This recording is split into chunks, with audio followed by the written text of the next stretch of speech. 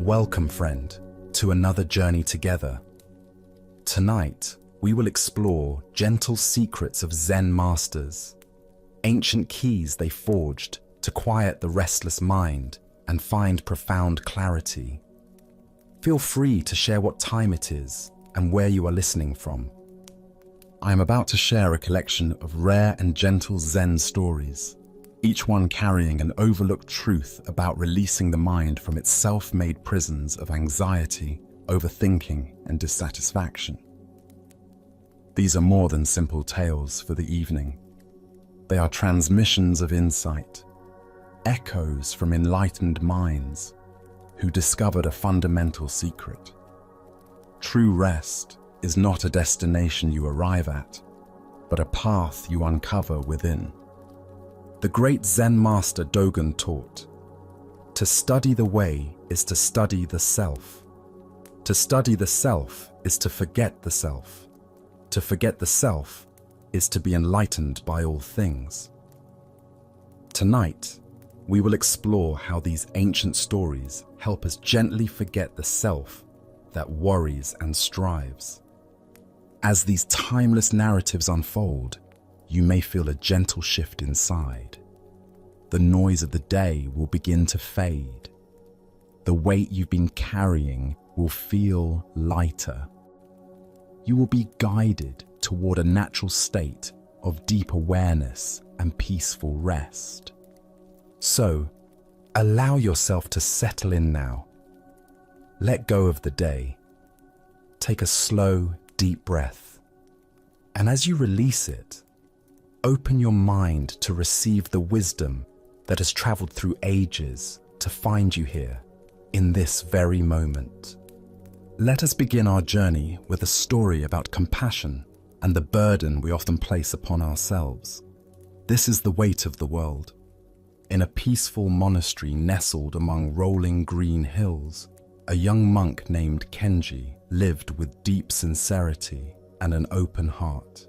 Every morning, he would rise before dawn to meditate, and every evening, he would walk the monastery grounds in quiet contemplation.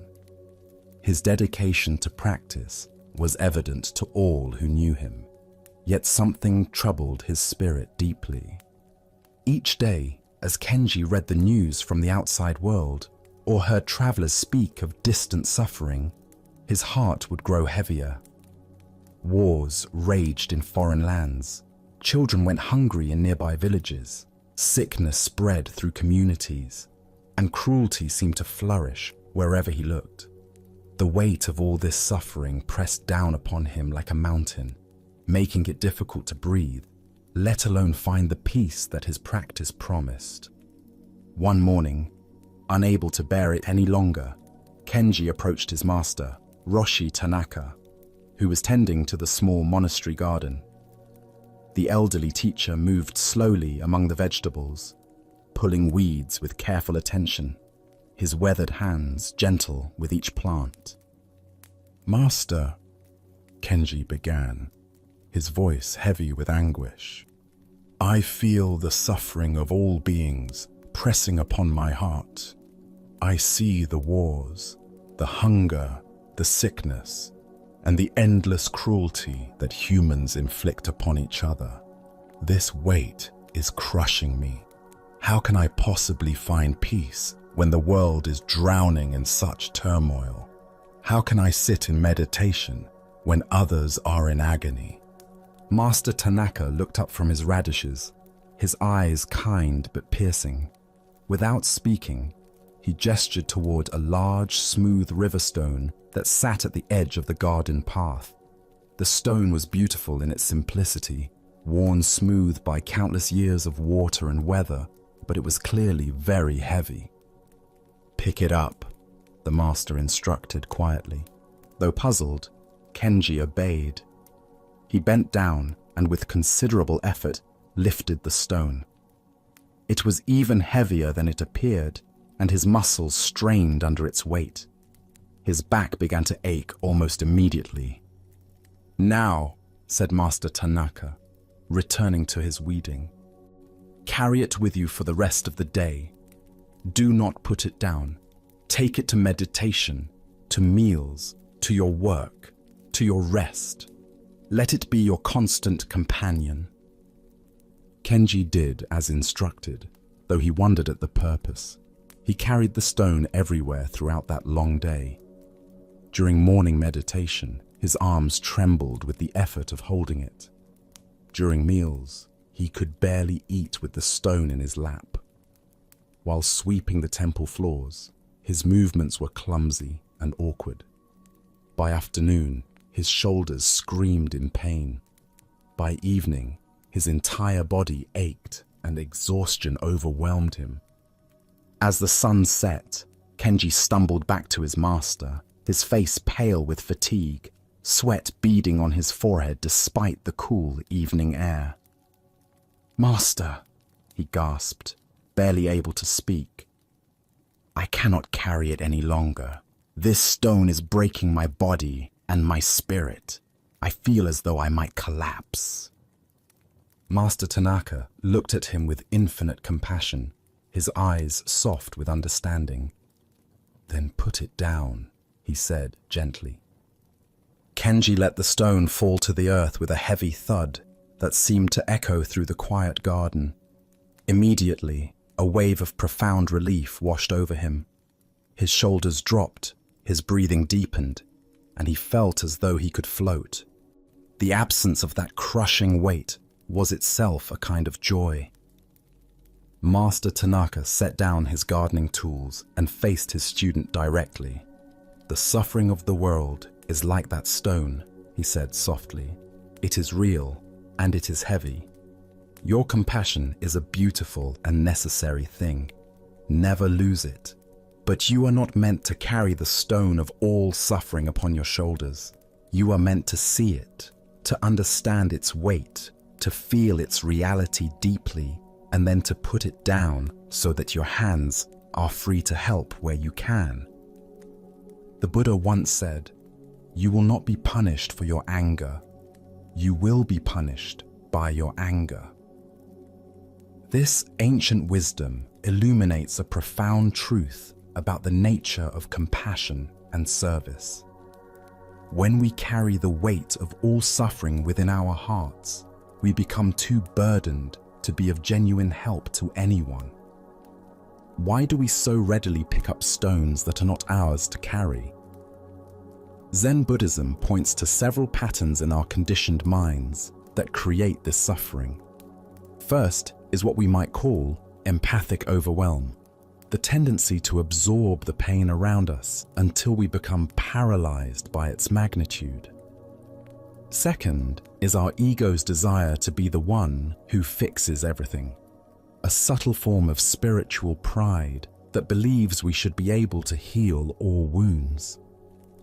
Third is our difficulty distinguishing between healthy concern and destructive worry, between compassion and co-suffering.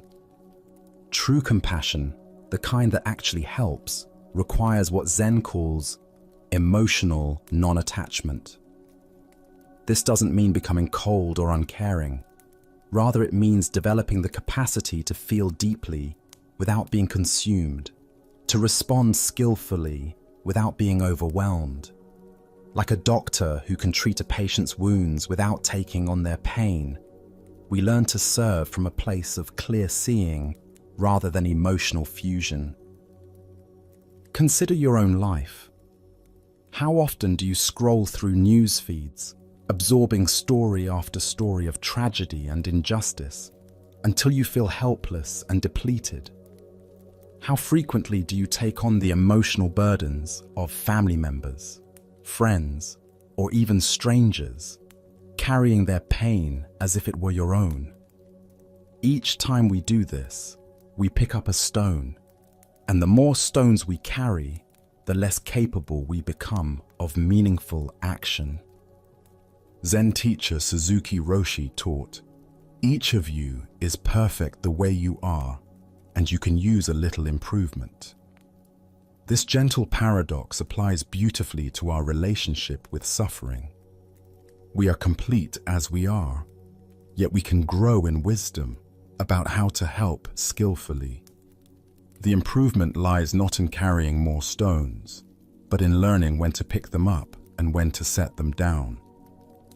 The practice of compassionate non-attachment begins with recognizing the difference between response and reaction.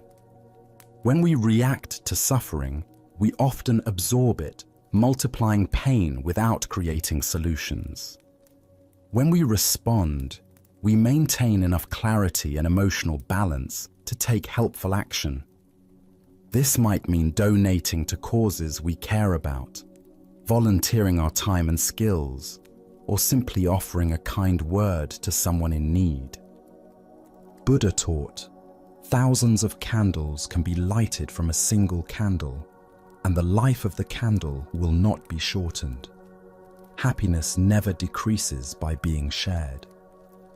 When we maintain our own inner light rather than dimming it by carrying stones, we become sources of illumination for others.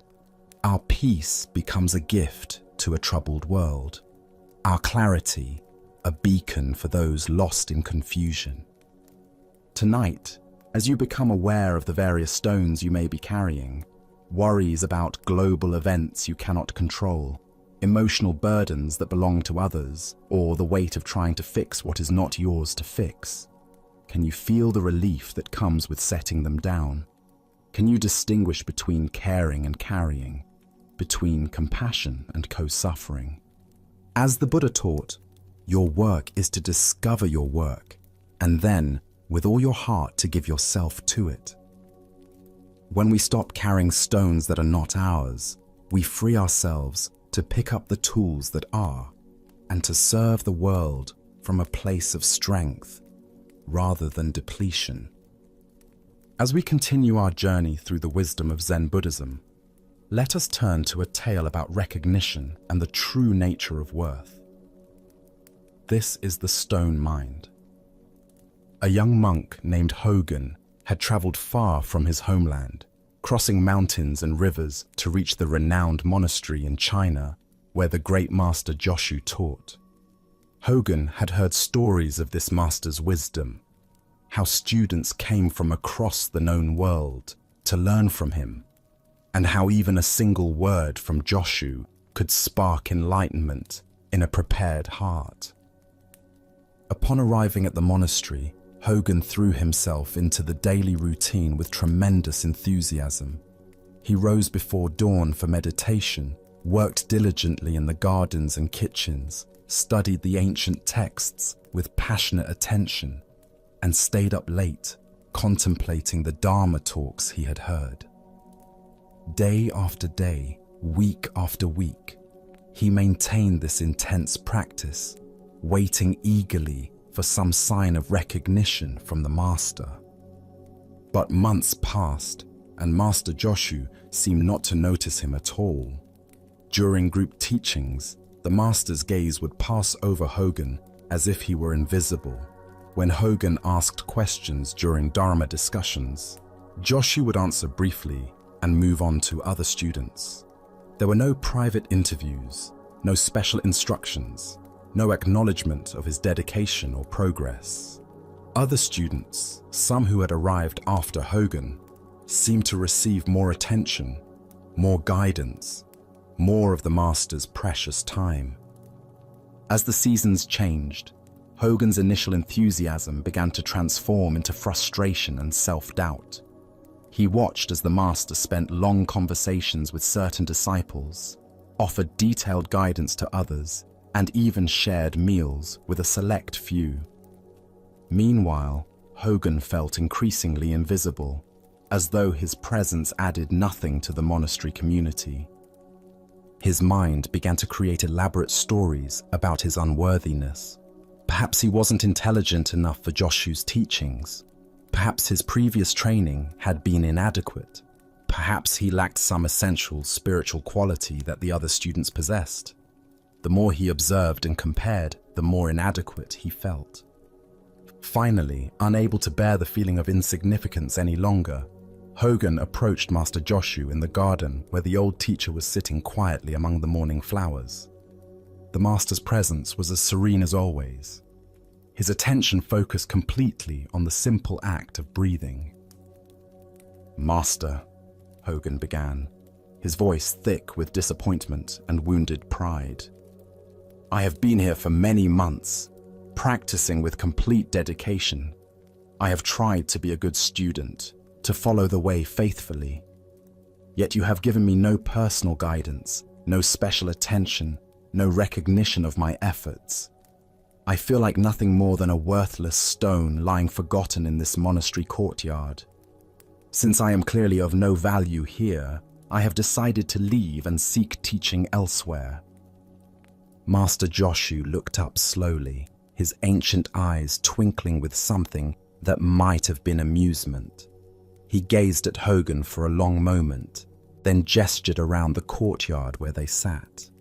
Smooth stones of various sizes were arranged in careful patterns, creating pathways and borders, supporting structures, and forming the foundation for garden walls.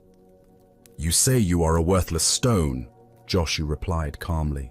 "Tell me, do you see these other stones here in the courtyard?"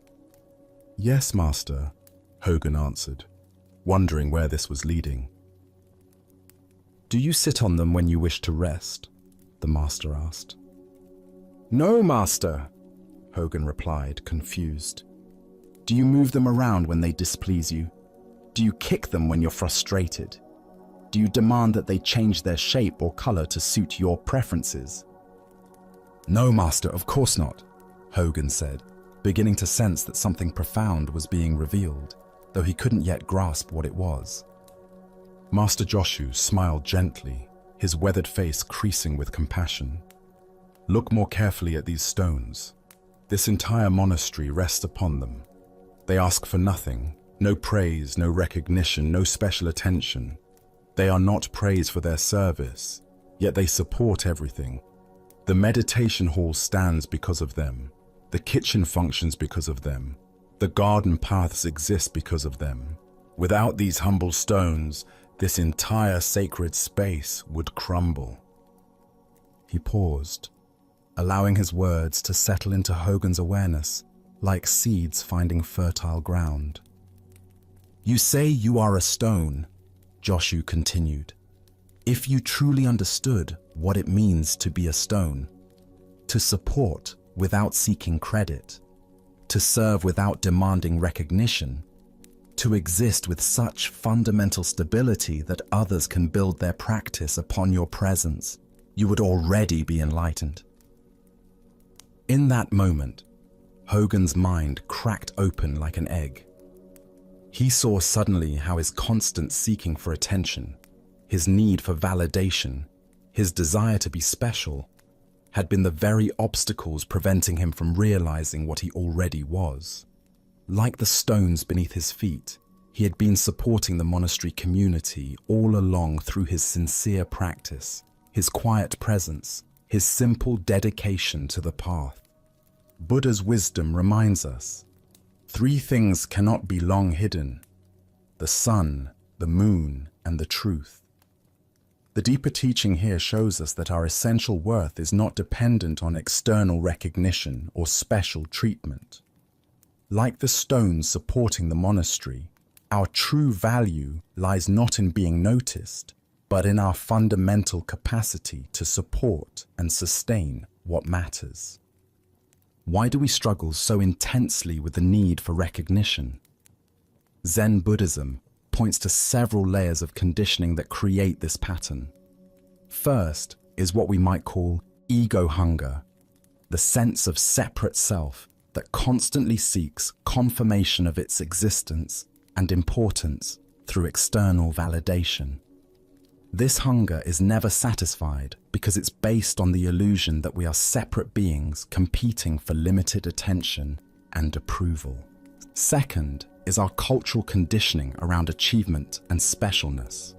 From early childhood, we learn to measure our worth through grades, awards, praise, and comparative success. This conditioning runs so deep that we often transfer it to spiritual practice, unconsciously seeking enlightenment as another form of achievement, rather than recognizing it as our natural state. Third is our difficulty distinguishing between healthy humility and what Zen calls spiritual materialism. The subtle ways we can turn even the most profound practices into opportunities for ego enhancement. We want to be seen as good meditators, devoted students, or awakened beings, missing the paradox that true awakening includes the dissolution of the one who seeks to be awakened. Consider your own experience. How often do you find yourself seeking recognition at work, wanting your efforts appreciated by family members, or hoping for acknowledgement of your contributions to community projects? Notice the subtle tension that arises when others receive praise that you feel you deserve, or when your hard work goes unnoticed while someone else gets credit. This seeking mind creates endless suffering because it places our peace and self-worth at the mercy of other people's attention and approval. Like Hogan in the story, we can spend tremendous energy trying to be noticed while missing the profound value of what we already offer simply by being present and sincere. Zen teacher Dogen wrote, "To study the Buddha way is to study the self. To study the self is to forget the self." This forgetting doesn't mean becoming passive or ceasing to care about our actions. Rather, it means releasing our attachment to being seen as special or different, allowing us to serve from a place of natural fullness rather than ego-driven emptiness. The stone mind represents what Buddhism calls beginner's mind, the willingness to be ordinary, to serve without fanfare, to exist with such fundamental stability that others can rely on our presence. This doesn't mean diminishing ourselves or hiding our gifts. Rather, it means offering them freely without attachment to how they're received. In practical terms, cultivating stone mind means practicing what Zen calls just sitting in daily life. When we work, we simply work fully without seeking applause. When we listen to friends, we listen completely without needing to be seen as good listeners. When we meditate, we just meditate without grasping for special experiences or insights. Tonight, as you consider the various ways you might be seeking recognition or feeling overlooked, can you sense the relief that comes with releasing the need to be special? Can you feel the natural dignity that emerges when you stop performing for approval and instead offer your gifts freely, like stones supporting a temple? As the Buddha taught, better than 1,000 hollow words is one word that brings peace.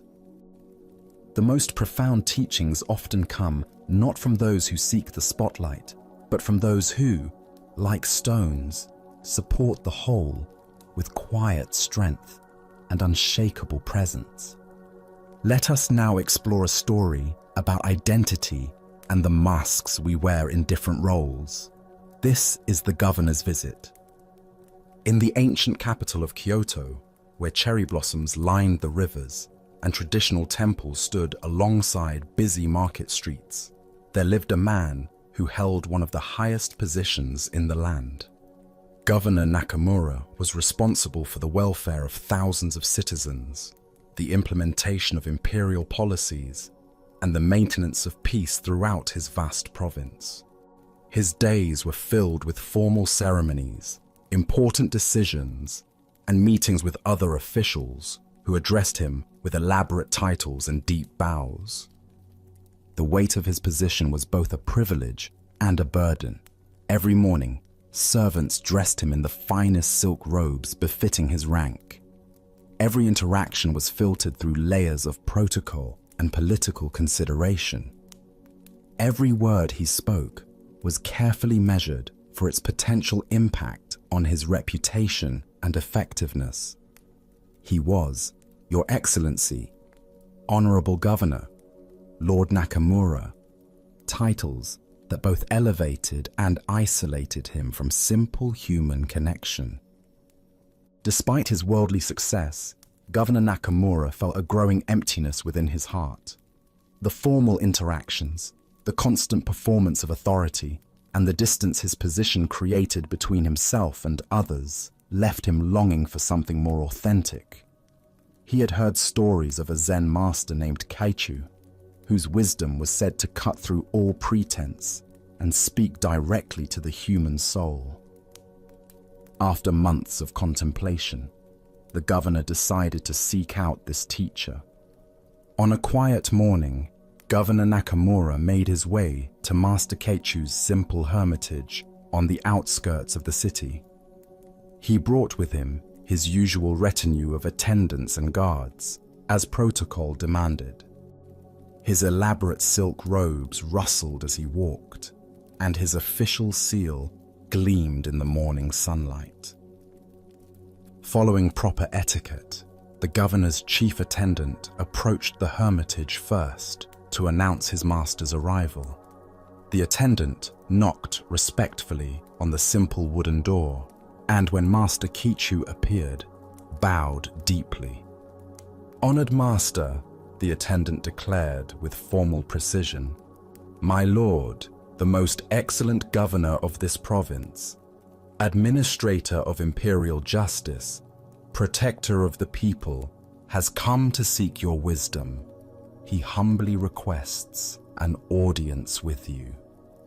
Master Kaichu, a small, elderly man dressed in simple brown robes, listened to this elaborate introduction without any change in expression. When the attendant finished speaking, the master looked up calmly and replied without hesitation, "I have no business with such a person. These titles mean nothing to me. Tell him to leave." The attendant's face flushed with confusion and embarrassment. Never in his years of service had anyone refused to meet with the governor. He returned to where Governor Nakamura waited, his head bowed in shame as he reported the master's words. But rather than feeling insulted or angry, something shifted within the governor's consciousness. In that moment of rejection, he recognized something profound. The master had not rejected him personally. He had rejected the elaborate facade of titles and positions that separated human beings from authentic encounter. Governor Nakamura understood immediately what was required. He turned to his attendants and guards, dismissing them with gentle words. He removed his ornate outer robes, leaving only simple undergarments. He washed the formal cosmetics from his face and tied back his hair in a simple style. Then, alone and unadorned, he approached the hermitage again. This time, he knocked on the door himself. When Master Keichu appeared, the man formerly known as Your Excellency bowed humbly and spoke in a quiet, personal voice that had not been heard by others in years. "Master," he said simply, "I am Daido. I have come seeking guidance on the path to understanding. Would you be willing to speak with me?" Upon hearing this humble introduction, using his personal given name rather than his governmental title, Master Keichu's stern expression immediately transformed into a warm, welcoming smile. His eyes crinkled with genuine delight, and he opened his arms in a gesture of embrace. "Ah, Daido," he exclaimed with evident joy. "Please, come in immediately. I have been hoping to meet you. Let us sit together and share tea while we speak of the Dharma." The transformation in the master's reception was complete and immediate. Where moments before there had been cold rejection of pompous formality, now there was warm welcome for authentic humanity. As the Buddha observed, however many holy words you read, however many you speak, what good will they do you if you do not act upon them? What emerges from this story is a profound teaching about the difference between our essential nature and the roles we play in the world. Why do we become so identified with our social roles and titles that that we lose touch with our authentic selves. Zen Buddhism reveals several layers of conditioning that create this pattern. First is what we might call role identification, the gradual process by which we begin to believe that we are the positions we hold, rather than human beings temporarily filling those positions. Over time, we can become so merged with our professional identities, family roles, or social status that we forget the simple person beneath all the layers. Second is our society's emphasis on hierarchical recognition. We learn early that certain titles, achievements, and positions command respect and attention. This conditioning can become so strong that we unconsciously believe our worth as human beings is tied to these external markers of success. We begin to introduce ourselves through our accomplishments rather than our essence. Third is what Zen calls face saving, our attachment to maintaining a particular image or reputation. The more invested we become in how others perceive our roles, the more rigid and defensive we become about maintaining those personas. We build elaborate walls of formality and protocol that, while perhaps necessary for certain functions, can isolate us from genuine human connection. Consider your own life. Notice how differently you feel and behave when you're at work versus at home versus with close friends. While some adaptation to context is natural and appropriate, where might you be hiding behind professional titles, social roles, or family positions in ways that prevent others from knowing who you really are? This pattern shows up in subtle ways throughout our daily interactions. We might introduce ourselves as Dr. Smith rather than Mary, emphasizing credentials over personhood. We might interact with service workers differently when we're dressed professionally versus casually. We might find ourselves speaking differently when we're in positions of authority versus when we're asking for help. The teaching here isn't that social roles are inherently problematic. Governments need governors, hospitals need doctors, families need parents. Rather, it's about maintaining awareness of the difference between the temporary roles we play and our enduring humanity.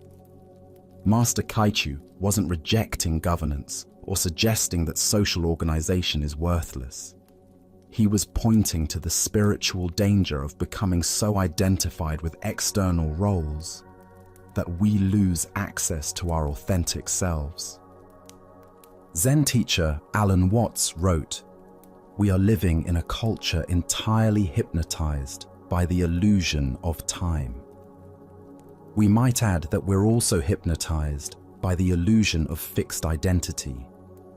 We believe we are our job titles, our relationship roles, our social positions, when in reality, these are simply temporary costumes we wear while playing our parts in the human drama.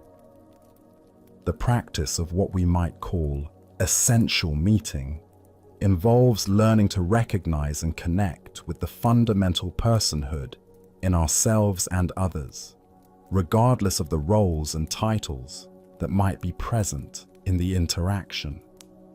This doesn't mean ignoring appropriate social protocols or abandoning professional boundaries. Rather, it means maintaining awareness of the human being who exists both within and beyond these structures.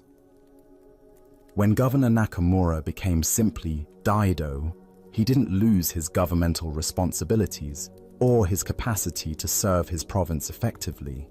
Instead, he gained access to wisdom and connection that could actually enhance his service by grounding it in genuine humanity rather than mere authority.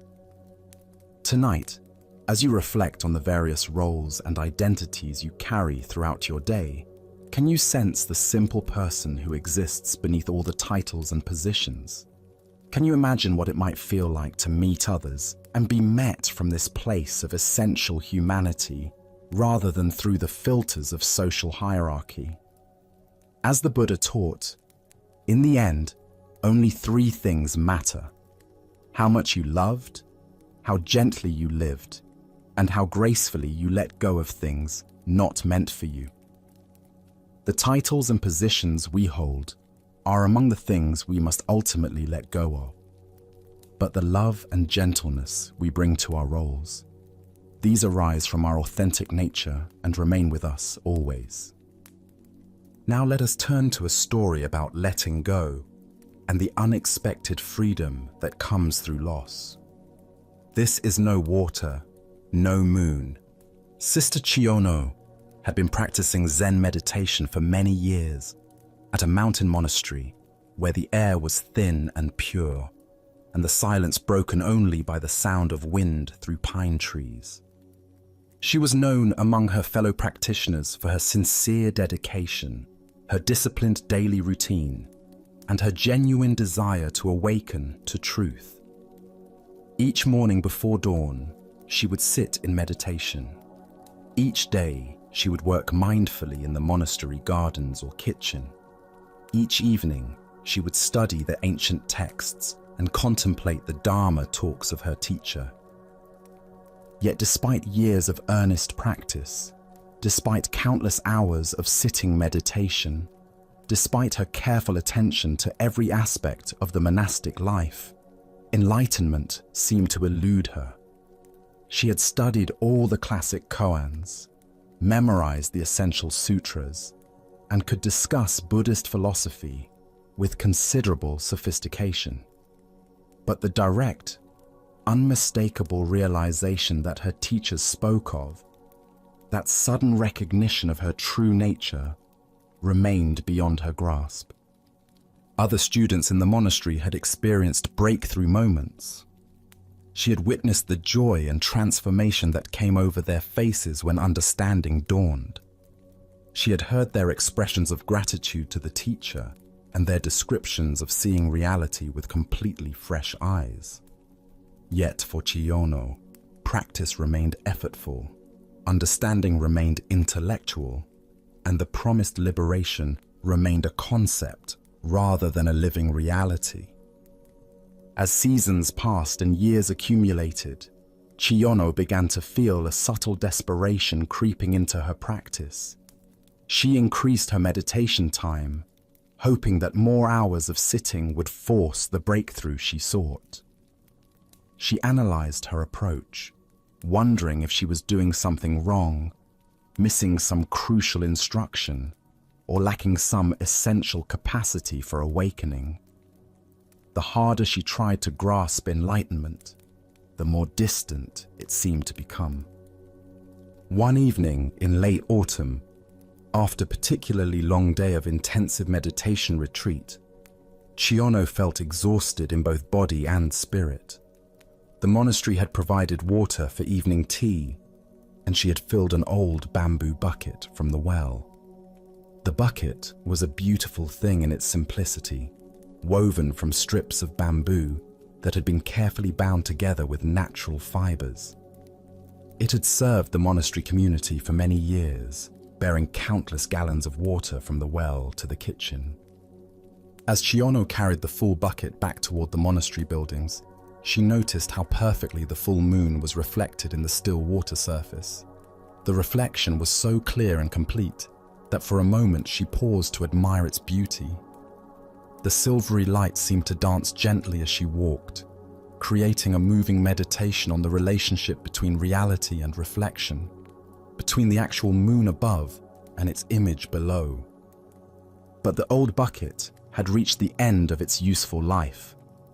The bamboo strips had dried and loosened over years of use, and the binding fibers had gradually weakened. As Chiyono walked slowly back through the moonlit courtyard, absorbed in watching the moon's reflection shimmer in the water, the inevitable happened. Suddenly, without warning, the bottom of the bucket gave way completely.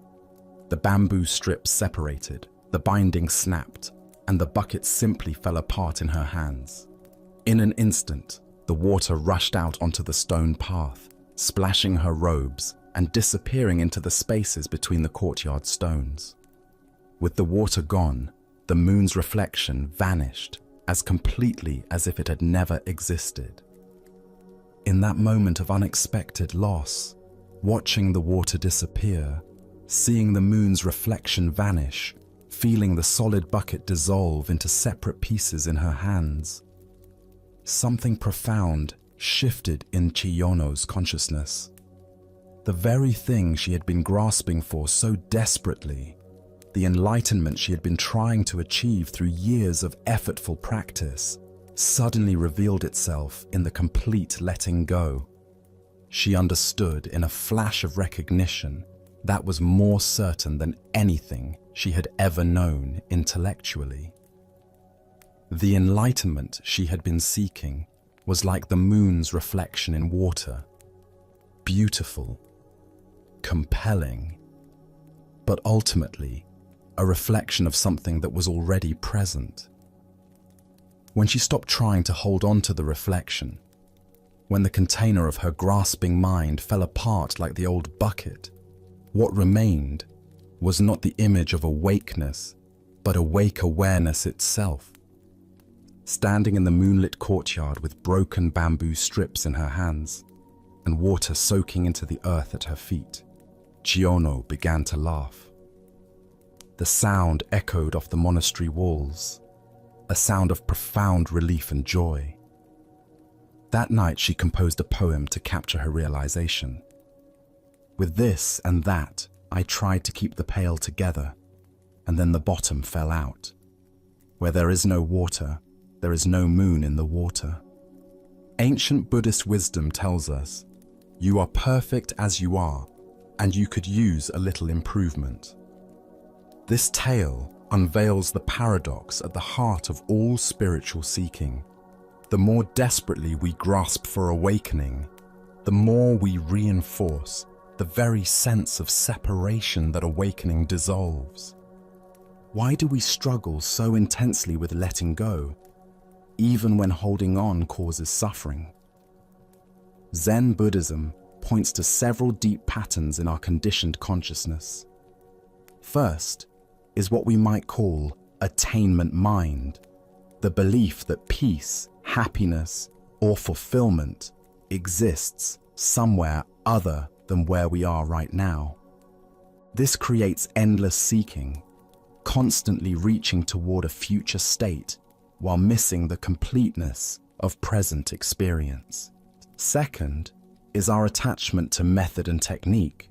Like Chiyono trying to keep the bucket together with this and that, we often become so focused on our spiritual practices, our meditation techniques, our philosophical understanding, that we mistake the finger pointing at the moon for the moon itself. The practices become another form of grasping rather than opportunities for letting go. Third is what Zen calls Buddha sickness, becoming attached to the very idea of enlightenment, making it into another object to be obtained, rather than recognizing it as the very awareness that is already seeking. We create elaborate mental constructions about what awakening should look like, how it should feel, what abilities it might bring, and then spend years trying to achieve our own concepts. Consider your own experience with seeking, whether for spiritual understanding, professional success, relationship satisfaction, or personal happiness. Notice how the intensity of wanting often seems to push away what we're reaching for. The job interview goes better when we're not desperate for the position. Relationships flow more naturally when we're not clinging to particular outcomes. Even simple activities like trying to remember a forgotten name work better when we stop efforting and let the answer arise naturally. This principle applies profoundly to spiritual practice. The awakening that traditions like Zen point toward is not a state to be achieved, but the very awareness in which all states arise and pass away. It's not something we can grasp because it's what we already are. It's not somewhere we can go because it's where we already are. The moon's reflection in Chiyono's bucket represents all the spiritual experiences, insights, and states of consciousness that we might collect during practice. These can be beautiful and meaningful, but they are reflections of reality rather than reality itself. When we mistake them for the goal, we become like someone trying to catch the moon by grasping its reflection in water. Zen teacher Shunryu Suzuki said, "In the beginner's mind there are many possibilities, but in the expert's mind there are few." Chiyono's breakthrough came not through accumulating more spiritual knowledge or developing more sophisticated techniques, but through the complete collapse of her efforts to keep the pail together. When her expert mind, with all its strategies, expectations, and spiritual ambitions, fell apart like the old bucket, what remained was the simple awareness that had been present all along. The practice suggested by this story is not to stop meditating or abandon sincere spiritual effort, but to hold all practice lightly. We can sit in meditation without grasping for special experiences. We can study wisdom teachings without trying to collect insights like trophies. We can engage in spiritual community without comparing our progress to others. Most importantly, we can begin to notice when we're trying to keep the pail together, when we're efforting to maintain particular states of mind, forcing spiritual experiences, or grasping for future attainment. In those moments, we can practice what Zen calls just sitting, simply being present without agenda, allowing whatever arises to arise and pass away naturally. Tonight, as you consider what you might be trying to grasp or achieve in your own life, can you sense the relief that might come with letting the bottom fall out? What would remain if you stopped trying to hold together your concepts about who you should be, what you should accomplish, or what your life should look like? As the Buddha taught, letting go gives us freedom, and freedom is the only condition for happiness. True freedom comes not from getting what we want, but from releasing our attachment to wanting itself. When the water spills and the reflection disappears, what remains is the moon itself, luminous, complete, and closer than we ever imagined. Let us explore a story about the extraordinary nature of ordinary life. This is the real miracle. Master Bankei was renowned throughout Japan for his direct and uncompromising approach to Zen teaching.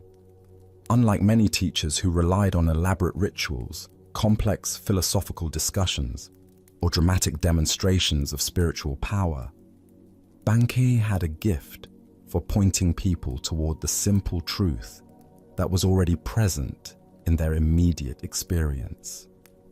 His monastery attracted students from many different Buddhist schools, as well as curious visitors who had heard stories of his unconventional wisdom.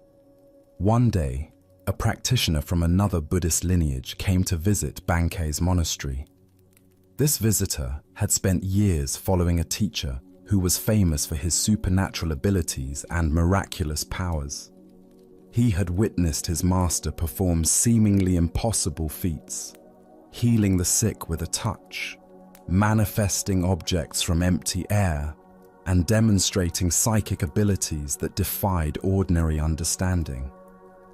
These experiences had filled the visitor with tremendous reverence for the spiritual path and confidence in his teacher's realization. During the evening Dharma talk, as Master Bankei sat quietly before the assembled community, the visitor could not contain his excitement about sharing the miraculous abilities of his own teacher. When the formal talk concluded and time was given for questions, the visitor stood up eagerly. "Master Bankei," he began, his voice filled with admiration and perhaps a hint of challenge, "I must tell you about my teacher's extraordinary powers.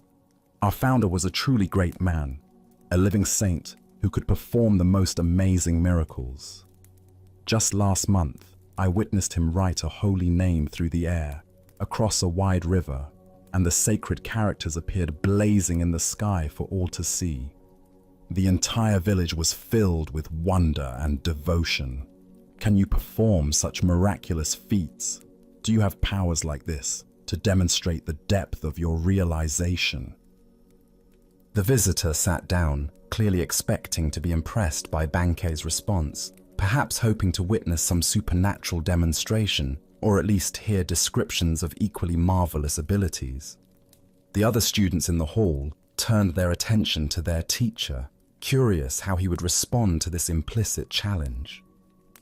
Master Bankei remained completely still for several moments, his expression neither defensive nor dismissive, but simply present and attentive. When he finally spoke, his voice was quiet and matter-of-fact, without any trace of competition or superiority. "Perhaps your teacher can indeed perform that kind of miracle," Bankei said calmly. "I do not doubt what you have witnessed, and I have no criticism of such demonstrations. But I must tell you honestly, that is not my way. Such powers do not interest me, and I do not cultivate them." The visitor looked somewhat disappointed and pressed further. "But Master, if you cannot perform such wonders, what then distinguishes your teaching? What is your miracle? How do we know that you have achieved genuine realization?" Master Bankei's eyes twinkled with the kind of gentle humor that often accompanies profound truth. He looked directly at his questioner with complete sincerity and replied, "My miracle is this. When I feel hungry, I eat. When I feel thirsty, I drink. When I am tired, I sleep. When spring comes, I notice the flowers blooming. When winter arrives, I observe the snow falling.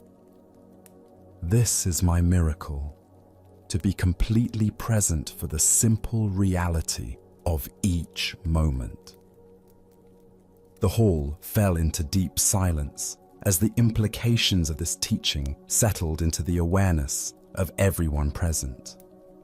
The visitor, who had come expecting supernatural demonstrations, found himself confronted with something far more challenging: the invitation to recognize the miraculous nature of his own immediate experience. The Buddha taught, there are only two mistakes one can make along the road to truth: not going all the way and not starting. The heart of this lesson lies in recognizing that the miracle we seek is not hidden in extraordinary demonstrations, but reveals itself in the complete embrace of ordinary experience. Why do we overlook the miraculous nature of our everyday existence? Zen Buddhism reveals several layers of conditioning that blind us to what is always already present. First is what we might call spiritual materialism, the unconscious belief that enlightenment must be dramatic, supernatural, or visibly impressive. We imagine that awakened consciousness should produce extraordinary powers, mystical visions, or at least some obvious signs that distinguish the enlightened from the ordinary. Second is our habituation to the familiar. The mind tends to dismiss as mundane precisely those experiences that are most constantly available: breathing, seeing, tasting, feeling, the simple fact of awareness itself. We become so accustomed to these fundamental miracles that we stop recognizing them as miracles at all. It's as if we're fish who have forgotten the water we swim in. Third is our cultural conditioning toward complexity and achievement. We live in a society that values the rare, the difficult, the spectacular. This conditioning seeps into our spiritual seeking, making us believe that profound truth must be complicated, esoteric, or accessible only through years of specialized training. The possibility that ultimate reality might be as simple as feeling hungry and eating challenges our entire framework of how spiritual accomplishment should look. Consider your own experience right now as you engage with these words. Notice the miracle of vision, how marks on a page or patterns of light on a screen somehow transform into meaning in your consciousness. Observe the mystery of understanding, how abstract concepts arise in awareness without any effort on your part. Feel the rhythm of breathing that continues without your direction, the beating of your heart that sustains life moment by moment. These experiences are so ordinary that we typically ignore them completely, yet each one represents a profound mystery that no science can fully explain. How does consciousness arise from matter? How does awareness recognize itself? How does meaning emerge from pattern? These are questions that point to the miraculous nature of the most basic aspects of existence. Master Bankei's miracle of eating when hungry and drinking when thirsty points to what Zen calls natural functioning, the spontaneous responsiveness of awakened consciousness to the needs of each moment.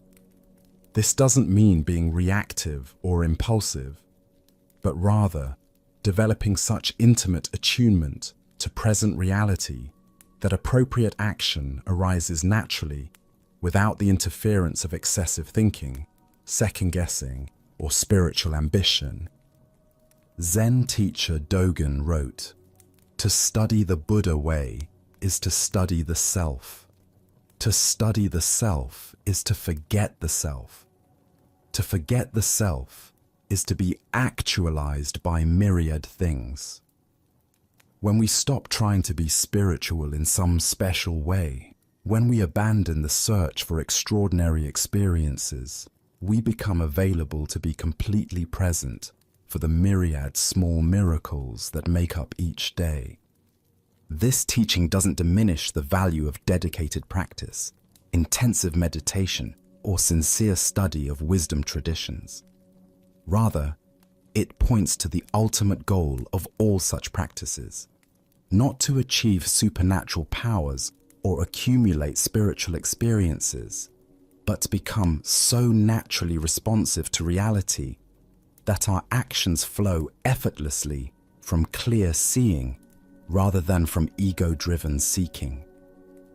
The miracle of eating when hungry extends to every aspect of daily life.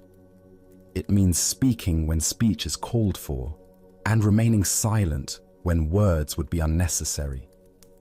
It means working with full attention when work is required and resting completely when rest is needed. It means feeling emotions fully as they arise without either suppressing them or being overwhelmed by them. In practical terms, cultivating appreciation for ordinary miracles begins with what Zen calls beginner's mind, approaching familiar experiences with fresh attention as if encountering them for the first time. Try eating a meal with complete presence, noticing not just the flavors, but the incredible coordination of sensory experience, memory, and pleasure that makes eating possible. Pay attention to a conversation with a friend, marveling at the mysterious process by which thoughts in one mind somehow communicate themselves to another. Notice the miracle of sleep, how consciousness dissolves each night and reconstitutes itself each morning. Observe the daily resurrection of awareness from the small death of unconsciousness. Watch how dreams arise from nowhere and return to nowhere, creating entire worlds that seem completely real while we're experiencing them. Tonight, as you prepare for rest, can you recognize the miracle in this simple transition from waking to sleeping? Can you feel the extraordinary in the ordinary rhythm of your breath, the weight of your body settling into stillness, the natural release of the day's activities and concerns? As the Buddha taught, if you truly loved yourself, you would never harm yourself with negative thoughts. The deepest expression of self-love might be the simple appreciation for the miracle of your own existence, not the idealized version of yourself you might become, but the breathing, feeling, aware being you already are. True miracles are not violations of natural law, but recognitions of the natural law of consciousness itself. The mysterious fact that the universe has somehow awakened to itself through your eyes, experiences itself through your senses, and knows itself through your awareness. When you eat because you're hungry, you participate in the cosmic miracle of life sustaining itself. This is Bankei's miracle, and it is yours as well. As we continue our journey through the wisdom of Zen Buddhism, let us explore a story about the most fundamental truth that surrounds us yet remains invisible. This is the tale of the fish and the ocean.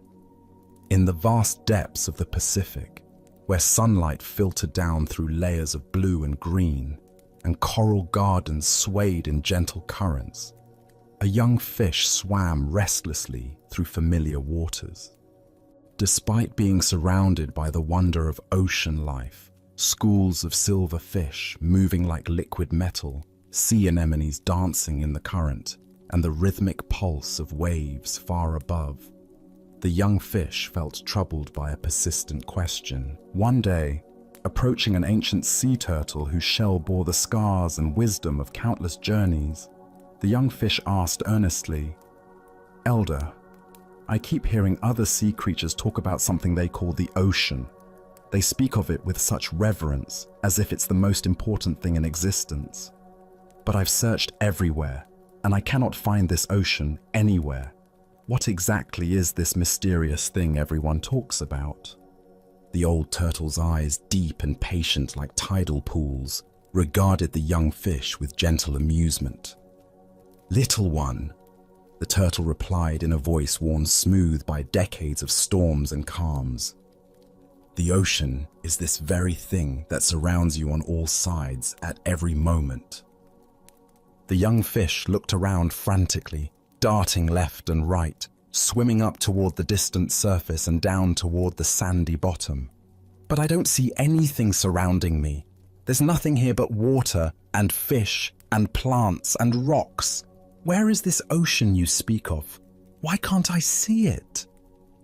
The turtle settled more comfortably on a bed of soft kelp, understanding that this was a teaching moment that required patience.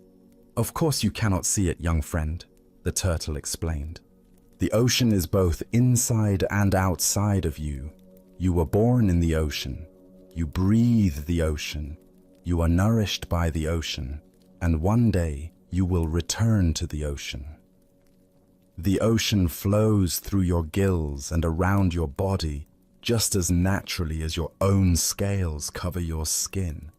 It is so much a part of you that it has become invisible." The young fish paused, beginning to sense something vast and fundamental that had been present all along but remained unnamed. "You mean this water I swim through?" "Is the ocean, yes," the turtle confirmed. "You have never been separate from it, not for a single moment of your existence. As the Buddha observed, all conditioned things are impermanent. Strive on with awareness." This ancient wisdom illuminates our relationship with the Tao, the fundamental flow of existence that permeates everything, yet remains largely unnoticed in our daily lives. What emerges from this story is a profound teaching about the nature of spiritual blindness. Like the fish who cannot see the ocean, we live immersed in the sacred, but fail to recognize it because it is too close, too constant, too fundamental to our existence to register as separate from ourselves. Why do we struggle to perceive the Tao, this universal flow that sustains and surrounds us? Zen Buddhism points to our habit of seeking the extraordinary while overlooking the ordinary. We imagine that spiritual truth must be dramatic, mystical, or separate from everyday experience. We look for God in burning bushes while missing the divine presence in morning coffee, in the breath entering our lungs, in the simple fact of awareness itself. The Tao expresses itself in everything we encounter: the changing seasons, the cycles of sleep and waking, the rhythm of our heartbeat, the way thoughts arise and dissolve in consciousness. It is the organizing principle behind both the spiral of galaxies and the unfurling of fern leaves, the same pattern expressing itself at every scale of existence. Consider how often throughout your day you might glimpse this underlying flow without recognizing it. The way traffic naturally organizes itself, despite having no central controller. The way conversations find their own rhythm and timing. The way your body breathes without conscious direction. The way solutions to problems seem to emerge from somewhere beyond deliberate thinking. These are all expressions of the Tao working through apparent chaos to create spontaneous order. Zen teacher Alan Watts taught, "Trying to define yourself is like trying to bite your own teeth." The Tao is similar. It cannot be grasped or contained because we are expressions of it rather than separate observers of it.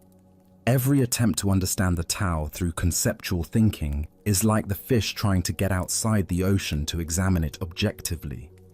This doesn't mean the Tao is merely a philosophical concept. It is the most practical and immediate reality. The intelligence that coordinates the trillions of cells in your body, the awareness in which all thoughts and sensations appear, the life force that animates everything from redwood trees to bacteria. In Chinese philosophy, the character for Tao literally means the way or the path. But this is not a path we walk towards some distant destination. It is the path that walks itself through us, the way reality unfolds moment by moment, without requiring our management or control. Lao Tzu wrote, "The Tao that can be spoken is not the eternal Tao." Yet here we are, using words to point towards something beyond words. This is the beautiful paradox of spiritual teaching. We must use the limited to point toward the unlimited, knowing that the finger pointing at the moon is never the moon itself. Tonight, as you feel the breath moving in and out of your body without your conscious control, can you sense the Tao expressing itself through this simple miracle? Can you recognize in this automatic process the same intelligence that moves the planets and changes the seasons? The Buddha taught, "Look within, thou art the Buddha." You are not separate from the ocean of existence any more than a wave is separate from the sea. In recognizing this fundamental non-separation, we stop seeking the Tao and begin living as its conscious expression. As we continue our journey through the wisdom of Zen Buddhism, let us explore a story about contentment and the nature of desire. This is the stonecutter's journey. High in the mountain villages, there lived a simple stonecutter who had discovered the secret of happiness without knowing it. Each dawn, he would climb winding paths to the quarries, his tools balanced across his shoulders. As he worked among the stones, he would sing old mountain songs that echoed across the valleys. Though he was poor by society's measures, living in a modest hut with few possessions, the stonecutter desired nothing more than what he had. His simple life felt complete. The rhythm of his work, the beauty of the mountains, the satisfaction of honest labor. His heart held not a care in the world. One day, he was called to work on the grand mansion of a wealthy nobleman. As he approached the estate, his eyes widened at the magnificence before him. Marble columns reached toward the sky, gardens sprawled in perfect symmetry. For the first time in his life, the stonecutter felt the sharp pang of desire pierce his contentment. "If only I were rich," he sighed. "Then I would not have to earn my living in sweat and toil as I do now." To his amazement, a voice whispered from the stones, "Your wish has been granted. Henceforth, anything you desire will be given to you." He returned home that evening to find his humble hut replaced by a mansion as magnificent as the nobleman's. Overwhelmed with joy, he abandoned his tools and began enjoying the luxurious life of the wealthy. But one hot afternoon, gazing from his ornate window, he saw the king's royal procession passing by. The monarch sat in cool shade, surrounded by noblemen and servants, appearing serene and powerful above the common heat. "How I wish I were a king myself," he thought, and immediately found himself reclining in silk cushions within the royal carriage. But the carriage proved warmer than expected. Even through thick walls, the sun's heat penetrated relentlessly. "I wish I were the sun," he declared, and found himself sending waves of light and heat across the universe. As the sun, he felt magnificent and all-powerful until thick storm clouds gathered, completely blocking his rays. "I wish to be a cloud." And so he became a massive storm cloud, glorying in his power to block the sun. But as he transformed into falling rain, he encountered an enormous rock that blocked his path completely. "A mere rock more powerful than I? I wish to be a rock." Suddenly, he stood tall upon the mountainside, feeling he had achieved true permanence. But soon, he heard chipping sounds at his base. Looking down, he saw a tiny human figure cutting chunks of stone away. "A puny creature more powerful than me. I want to be a man again." And so he found himself once more a stone cutter, climbing familiar mountain paths. But now something had changed. As he shaped stones and felt mountain breezes, his heart swelled with deep contentment. His song returned, richer than before, because he had learned to be content with exactly who he was. The Buddha once said, "Health is the greatest gift, contentment the greatest wealth." This ancient wisdom illuminates the endless cycle of wanting that keeps us from recognizing the abundance already present in our lives. Why do we chase after different conditions, always believing happiness lies in the next transformation? Each desire fulfilled only reveals the next desire, creating an endless cycle of dissatisfaction. The stonecutter's journey reveals the futility of seeking happiness through external circumstances. Consider your own versions of this cycle. "I'll be happy when I get promoted," only to discover new stresses. "I'll be content with more money," only to find greater wealth brings new worries. Each achievement reveals the next mountain to climb. Zen teacher Suzuki Roshi said, "Each of you is perfect the way you are, and you can use a little improvement."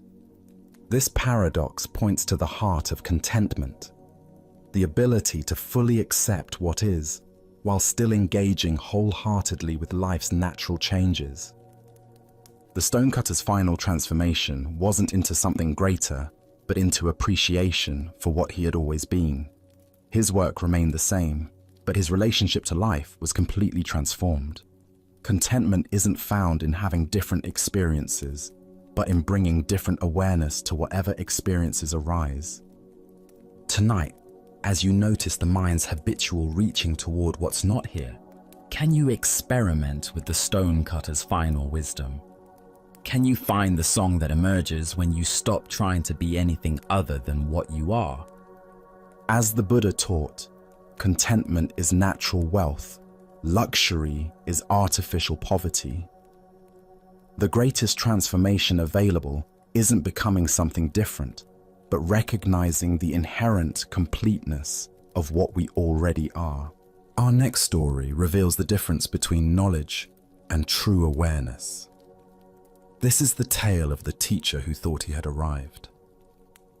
After a decade of intensive training under various masters, studying countless texts, and dedicating himself wholly to Zen practice, a monk named Tenno finally achieved what he had long sought: recognition as a qualified teacher. His understanding of Buddhist philosophy was profound. His meditation practice was deep and stable, and his ability to guide others had been tested and approved. He received the formal acknowledgement that he was ready to teach the Dharma and help others along the path of awakening. Proud of his accomplishment and eager to learn from one of the most renowned masters of his time, Tenno decided to visit the famous Zen master Nan-in. The older teacher's reputation for wisdom and insight was legendary throughout the region, and Tenno looked forward to engaging in deep Dharma discussions and perhaps receiving some final polishing of his understanding. It was a rainy day when Tenno made his pilgrimage to Nan-in's temple. The roads were muddy and slippery, puddles reflected the grey sky, and the steady rainfall required him to carry an umbrella to stay dry. When he reached the temple, he carefully removed his wooden clogs and placed them on the covered porch along with his umbrella, just as custom dictated. He arranged his outer robes, composed himself properly, and entered the temple to meet the great master. Nan-in received him graciously, bowing with the respect due to a fellow teacher, while maintaining the dignity of his greater experience. They sat together in the simple receiving room, and Tenno expected their conversation to focus on sophisticated points of doctrine, subtle aspects of meditation technique, or perhaps the challenges of guiding students. Instead, after the initial pleasantries, Nan-in asked what seemed like an absurdly mundane question. "I noticed you left your wooden clogs and umbrella on the porch when you entered. Tell me, did you place your umbrella to the left of your shoes or to the right?" Tenno was caught completely off guard.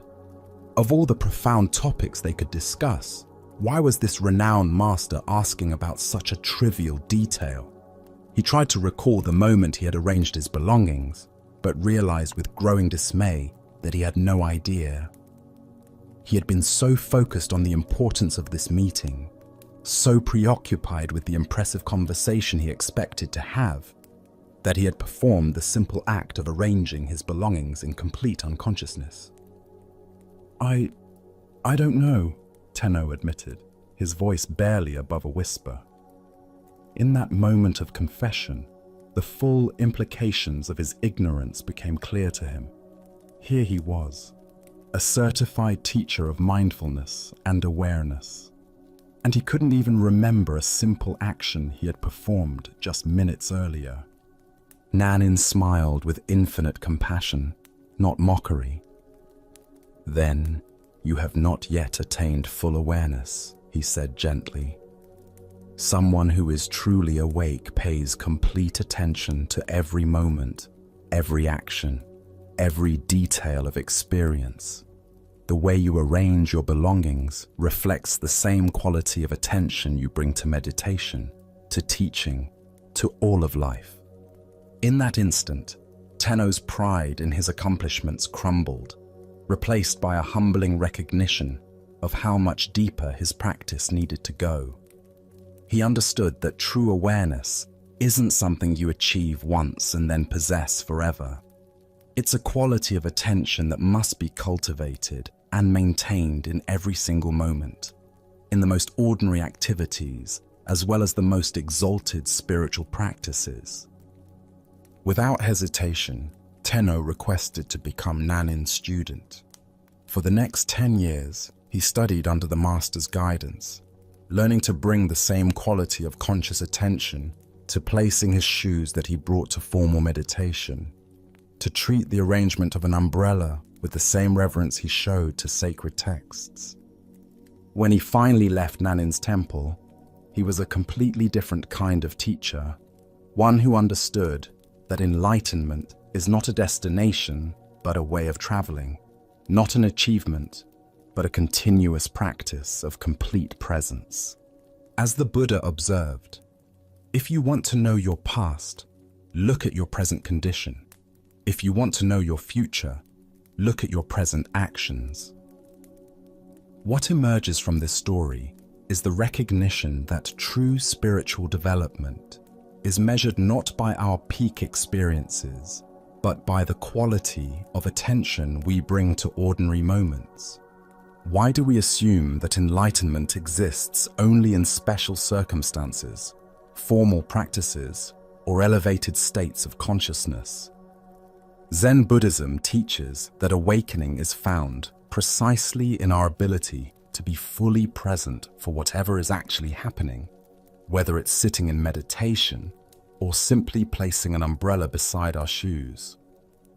Tenno's mistake was common among spiritual practitioners. He had developed the ability to be mindful during designated practice periods, but hadn't yet learned to extend that same quality of awareness to everyday activities. He could be present while sitting in meditation, but unconscious while performing simple tasks. This split between spiritual activities and ordinary activities is one of the most subtle traps on the path of awakening. We imagine that consciousness is something we turn on during meditation and turn off during mundane tasks. But true practice integrates awareness into every aspect of life. Consider your own daily routine. How present are you while brushing your teeth, making coffee, or putting on your shoes? Do you perform these activities with the same quality of attention you might bring to more important tasks? The gap between formal practice and informal practice often reveals where our awareness needs to deepen. Zen Master Dogen taught, "Practice and enlightenment are one." This means that the quality of consciousness we cultivate in any moment is both the path and the destination. There's no separation between developing awareness and being aware. Every moment offers a complete opportunity for awakening. Nanin's question wasn't about umbrellas and shoes.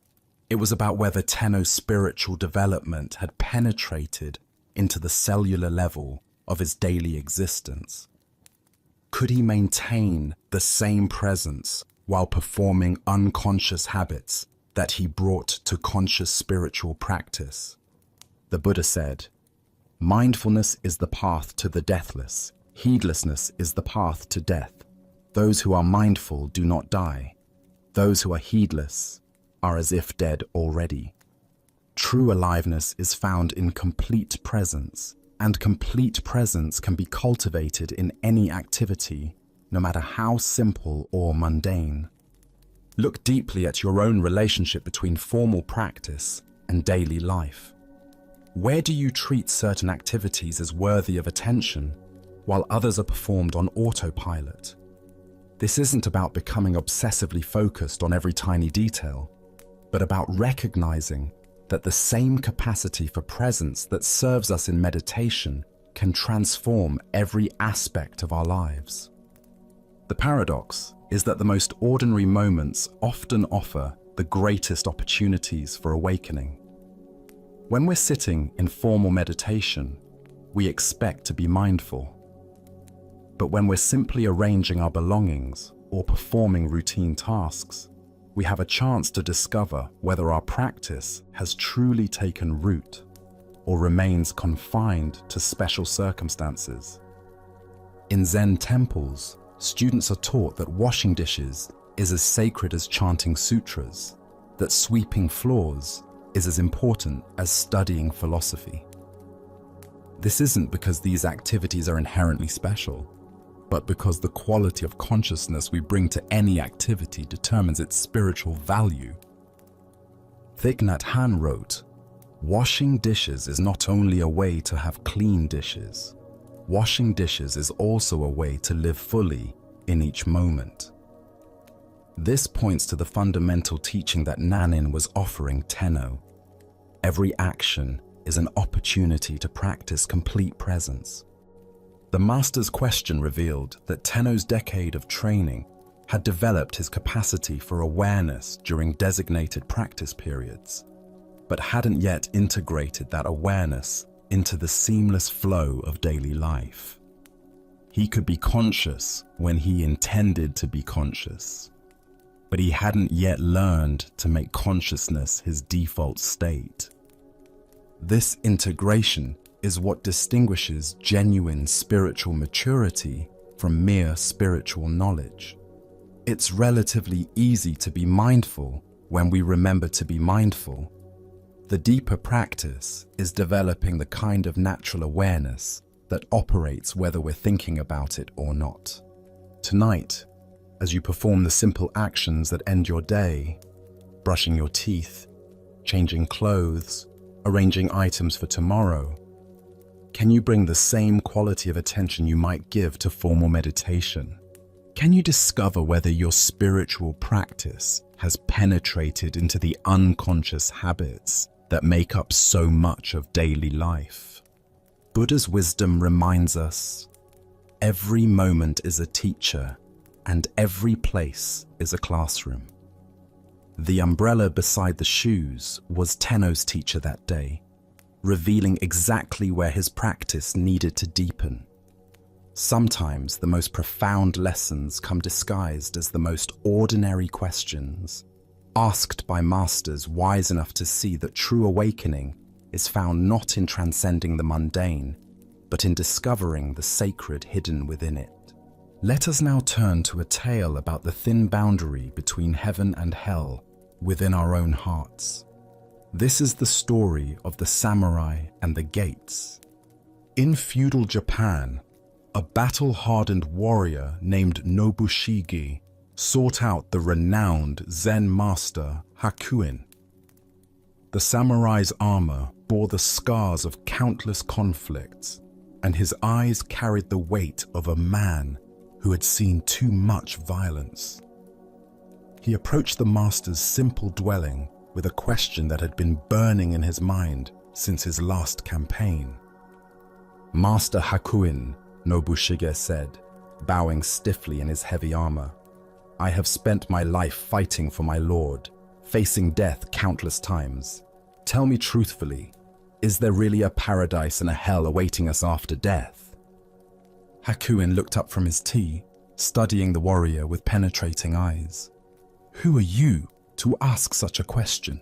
he inquired calmly. "I am a samurai," Nobushige replied with pride, straightening his shoulders. "I serve my lord with honor and have never retreated from battle." Hakuin's expression suddenly shifted to one of disdain. "You, a soldier?" he exclaimed with a dismissive laugh. "What kind of ruler would have you as his guard? Look at yourself.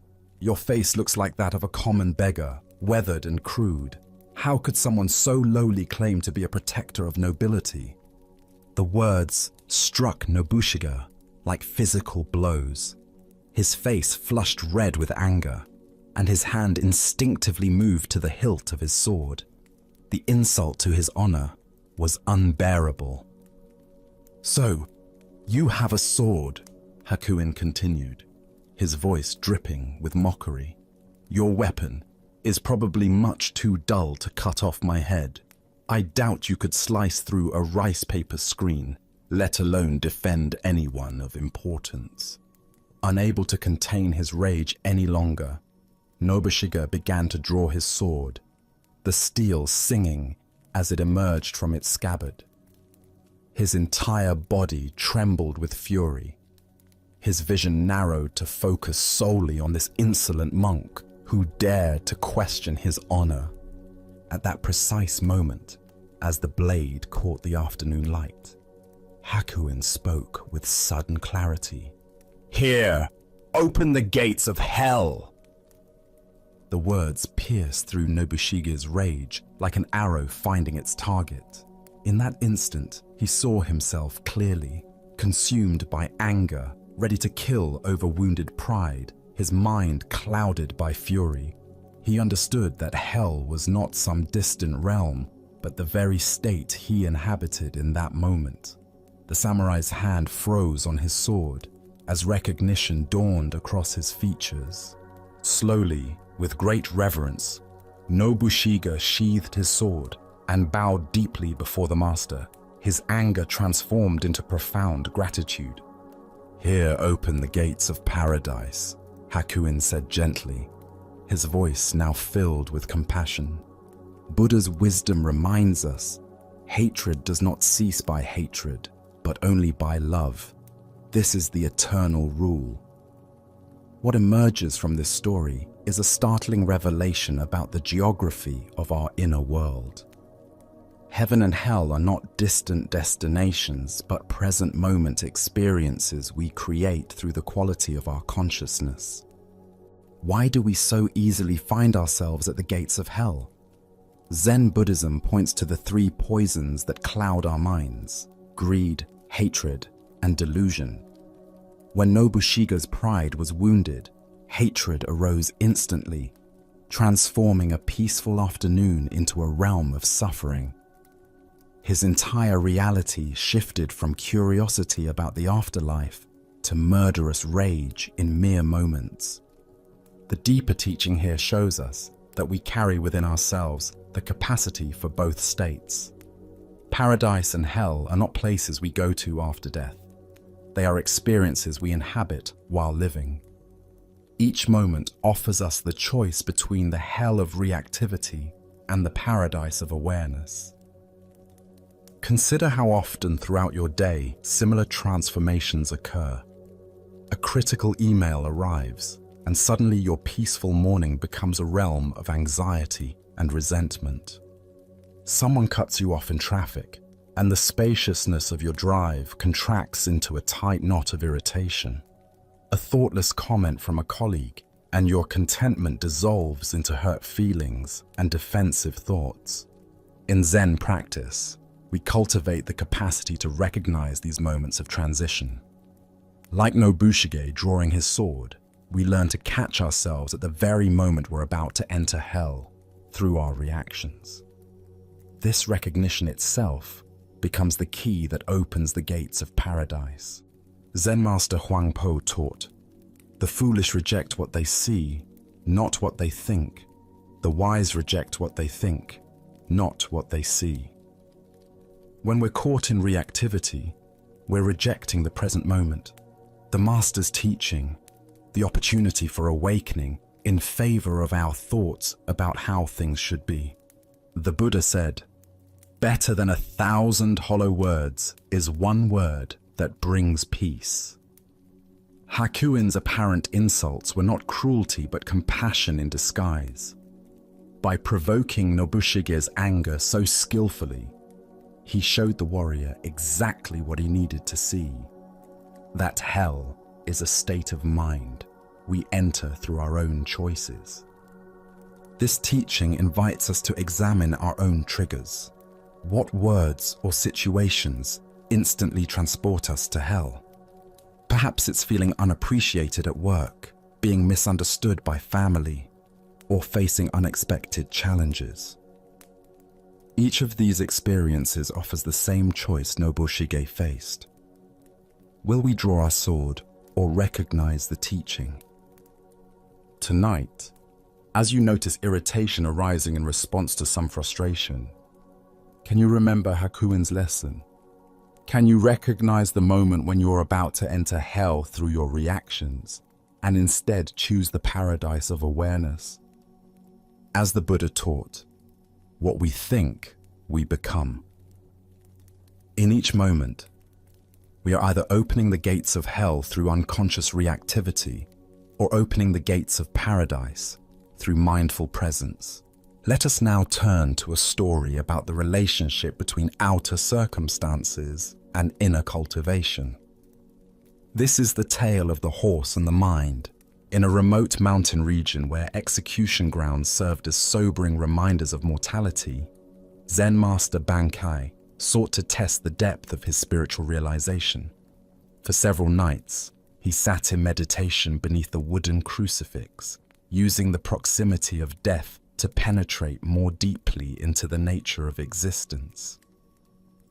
After completing this intense retreat, Bankai made his way to a nearby area where he could rest. He found a peaceful spot on an embankment surrounding a horse corral where he lay down to continue his contemplation under the open sky. As he rested there, absorbed in profound silence, a harsh sound shattered his peace. From within the corral came the violent sounds of a warrior brutally beating his horse. The animal's cries mixed with the sharp crack of a whip and angry shouts of a man losing control. Master Bankei observed this scene with growing concern. The warrior was clearly frustrated, taking out his inner turmoil on the innocent animal.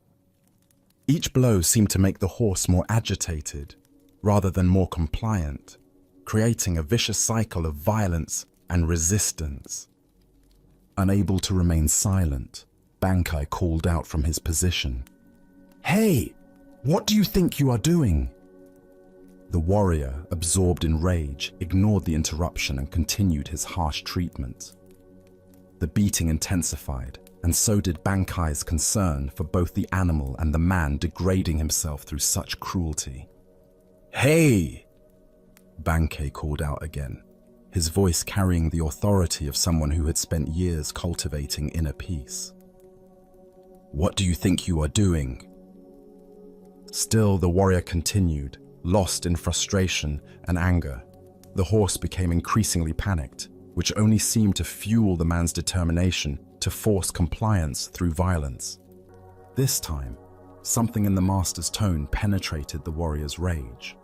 The man stopped his beating, climbed down from his horse, and approached the embankment. As he drew closer, his expression changed. There was something about this stranger that commanded respect, a quality of presence that spoke of deep, inner development. "You were yelling at me," the warrior said, his voice still carrying traces of anger, but now mixed with curiosity. "Do you have something to tell me?" Bankei looked at the man with compassion, seeing not an enemy, but someone caught in the same cycles of frustration that trap us all. His response was simple yet profound. "Rather than beat your horse for being unruly, why not chastise yourself and train your own mind right?" The words hung in the air between them, like a bridge connecting two very different approaches to dealing with difficulty. The warrior had been trying to solve his problem through external force and control. Bankei was pointing to an entirely different possibility. As the Buddha observed, conquer anger with non-anger, conquer badness with goodness, conquer meanness with generosity, conquer dishonesty with truth. This teaching captures the essence of what Bankei offered the frustrated warrior. The recognition that our external struggles mirror our internal state. What emerges from this story is the profound insight that we cannot successfully force the world to conform to our expectations through aggression or control. The warrior's approach, beating the horse into submission, represents how we often try to manage difficult circumstances in our own lives. We become frustrated with external conditions and respond with force, criticism, or manipulation, never recognizing that the real work lies within. Why do we instinctively blame external circumstances for our frustration? Buddhist psychology explains that the untrained mind seeks to maintain its comfort by controlling its environment, rather than developing the flexibility to respond skillfully to whatever arises. This creates what Zen calls pushing the river, exhausting ourselves, trying to force reality to match our preferences. Consider how this pattern manifests in daily life. The computer that crashes during an important project becomes the target of our anger, when the real issue is our attachment to having technology work perfectly. The traffic jam that makes us late triggers road rage, when the actual problem is our expectation that travel should always be smooth. The family member who doesn't respond to our advice becomes the focus of our frustration, when the deeper issue is our need to control others' choices.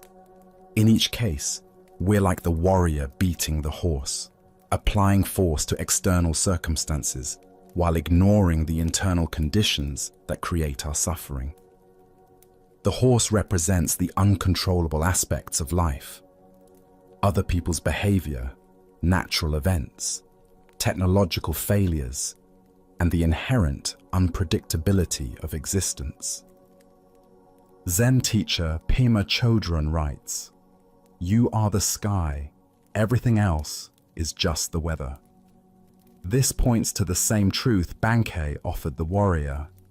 Instead of trying to control the weather of external circumstances, we can develop the spacious awareness that remains calm regardless of conditions.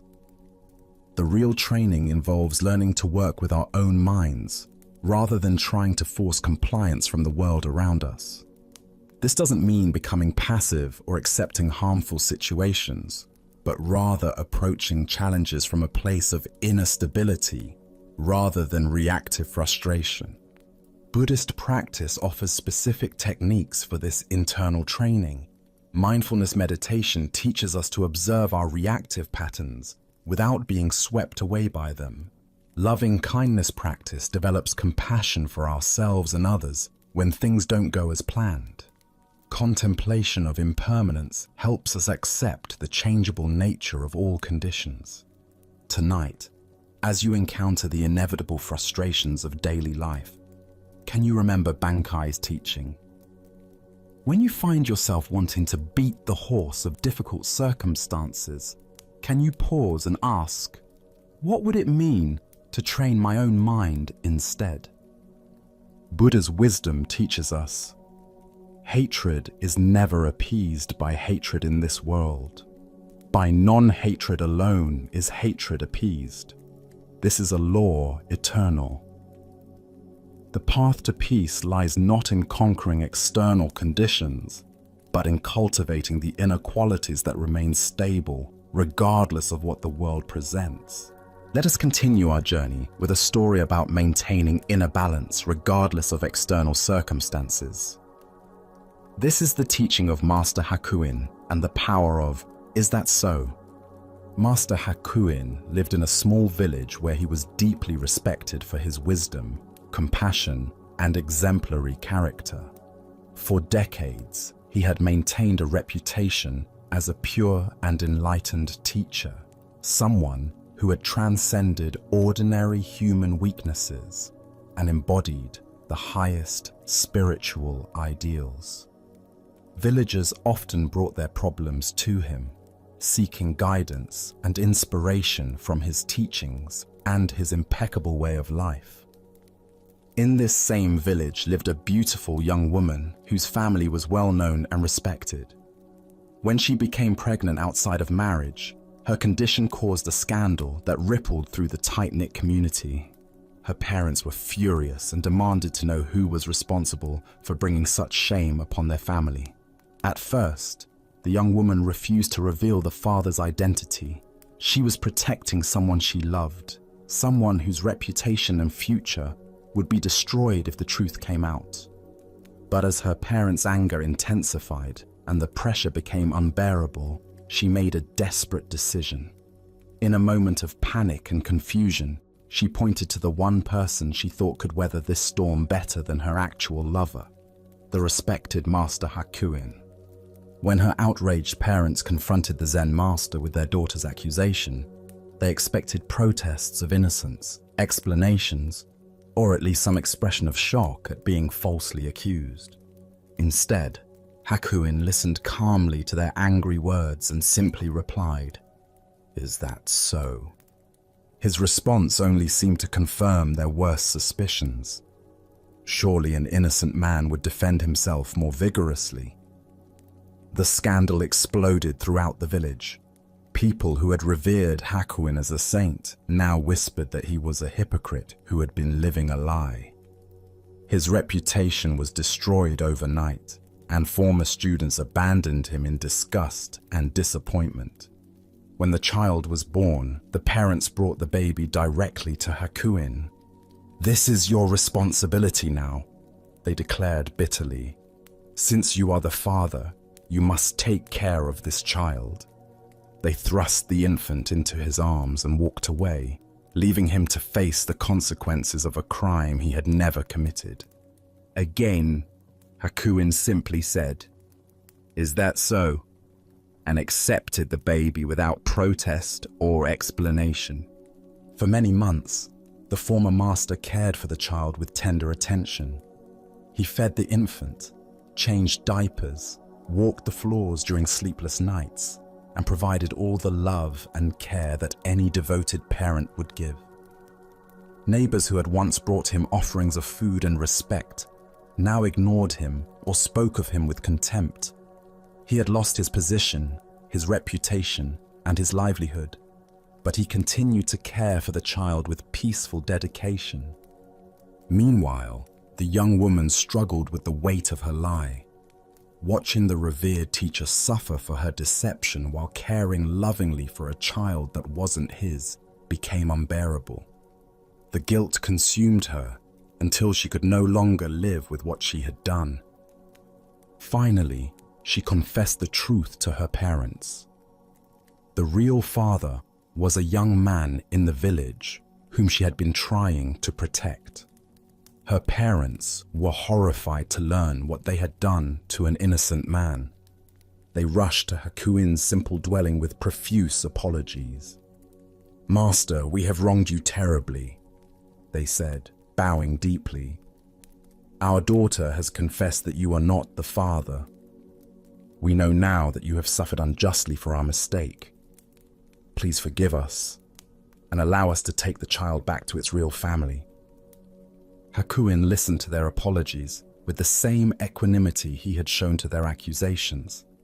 As he gently placed the baby in their arms, he offered the same response he had given throughout the entire ordeal. "Is that so?"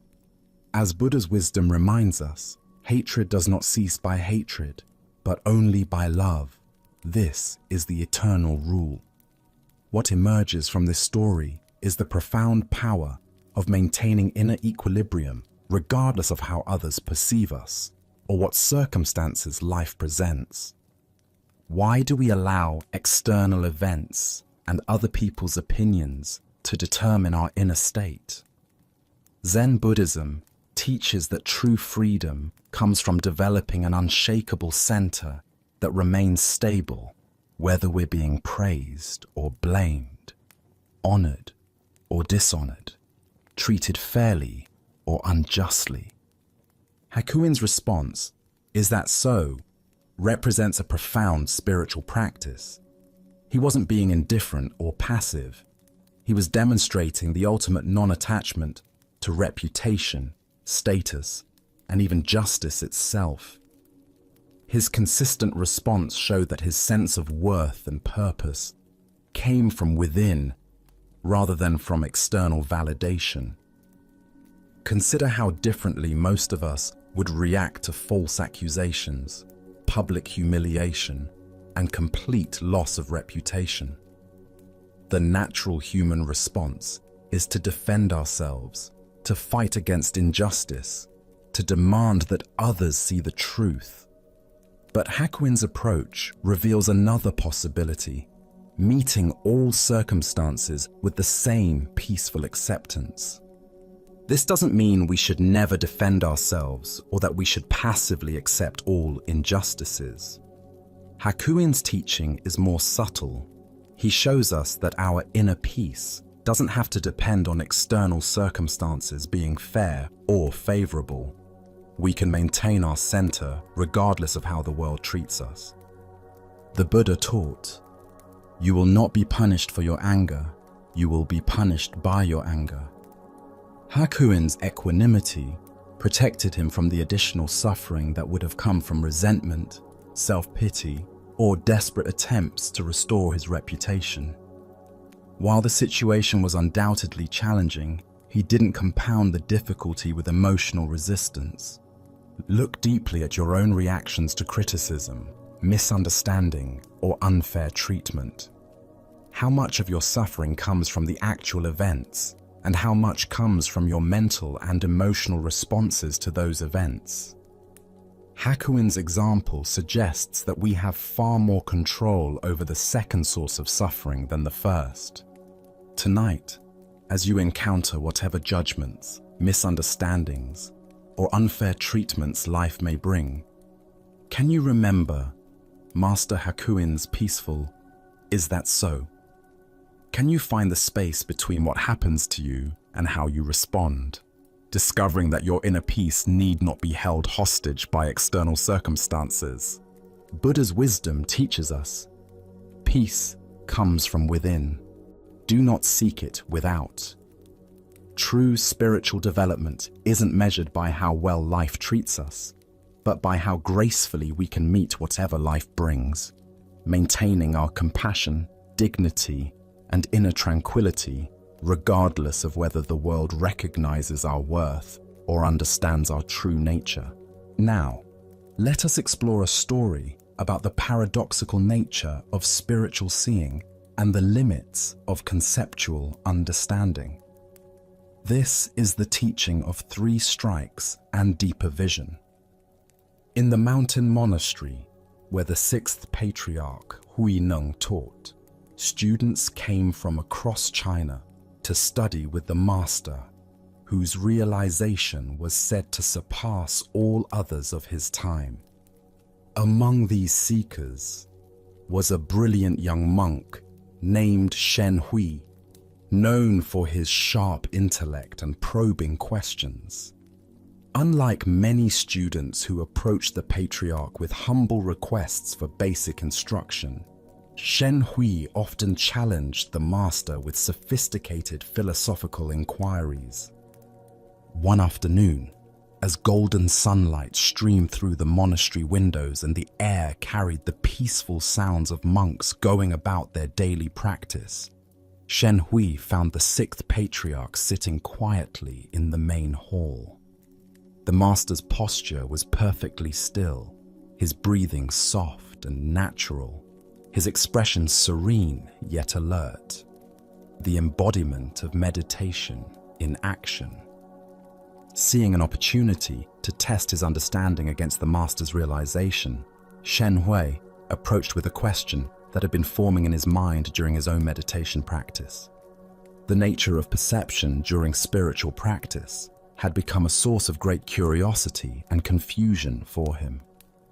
"Hi, Master," Shen Hui said, bowing respectfully but speaking with the confidence of someone who believed his question particularly insightful. "When you sit in meditation, do you see or not?" To Shen Hui, this seemed like a perfectly reasonable inquiry into the mechanics of enlightened awareness. Did awakened consciousness involve special kinds of seeing? Did meditation reveal mystical visions or higher perceptions unavailable to ordinary minds? Or did true realization transcend seeing altogether, existing in some pure state beyond sensory experience? What he received in response was completely unexpected. Without warning, the 6th patriarch picked up his wooden teaching stick and struck Shen Hui 3 times in rapid succession, not gently, but with enough force that the blows stung sharply and left the young monk both physically uncomfortable and mentally bewildered.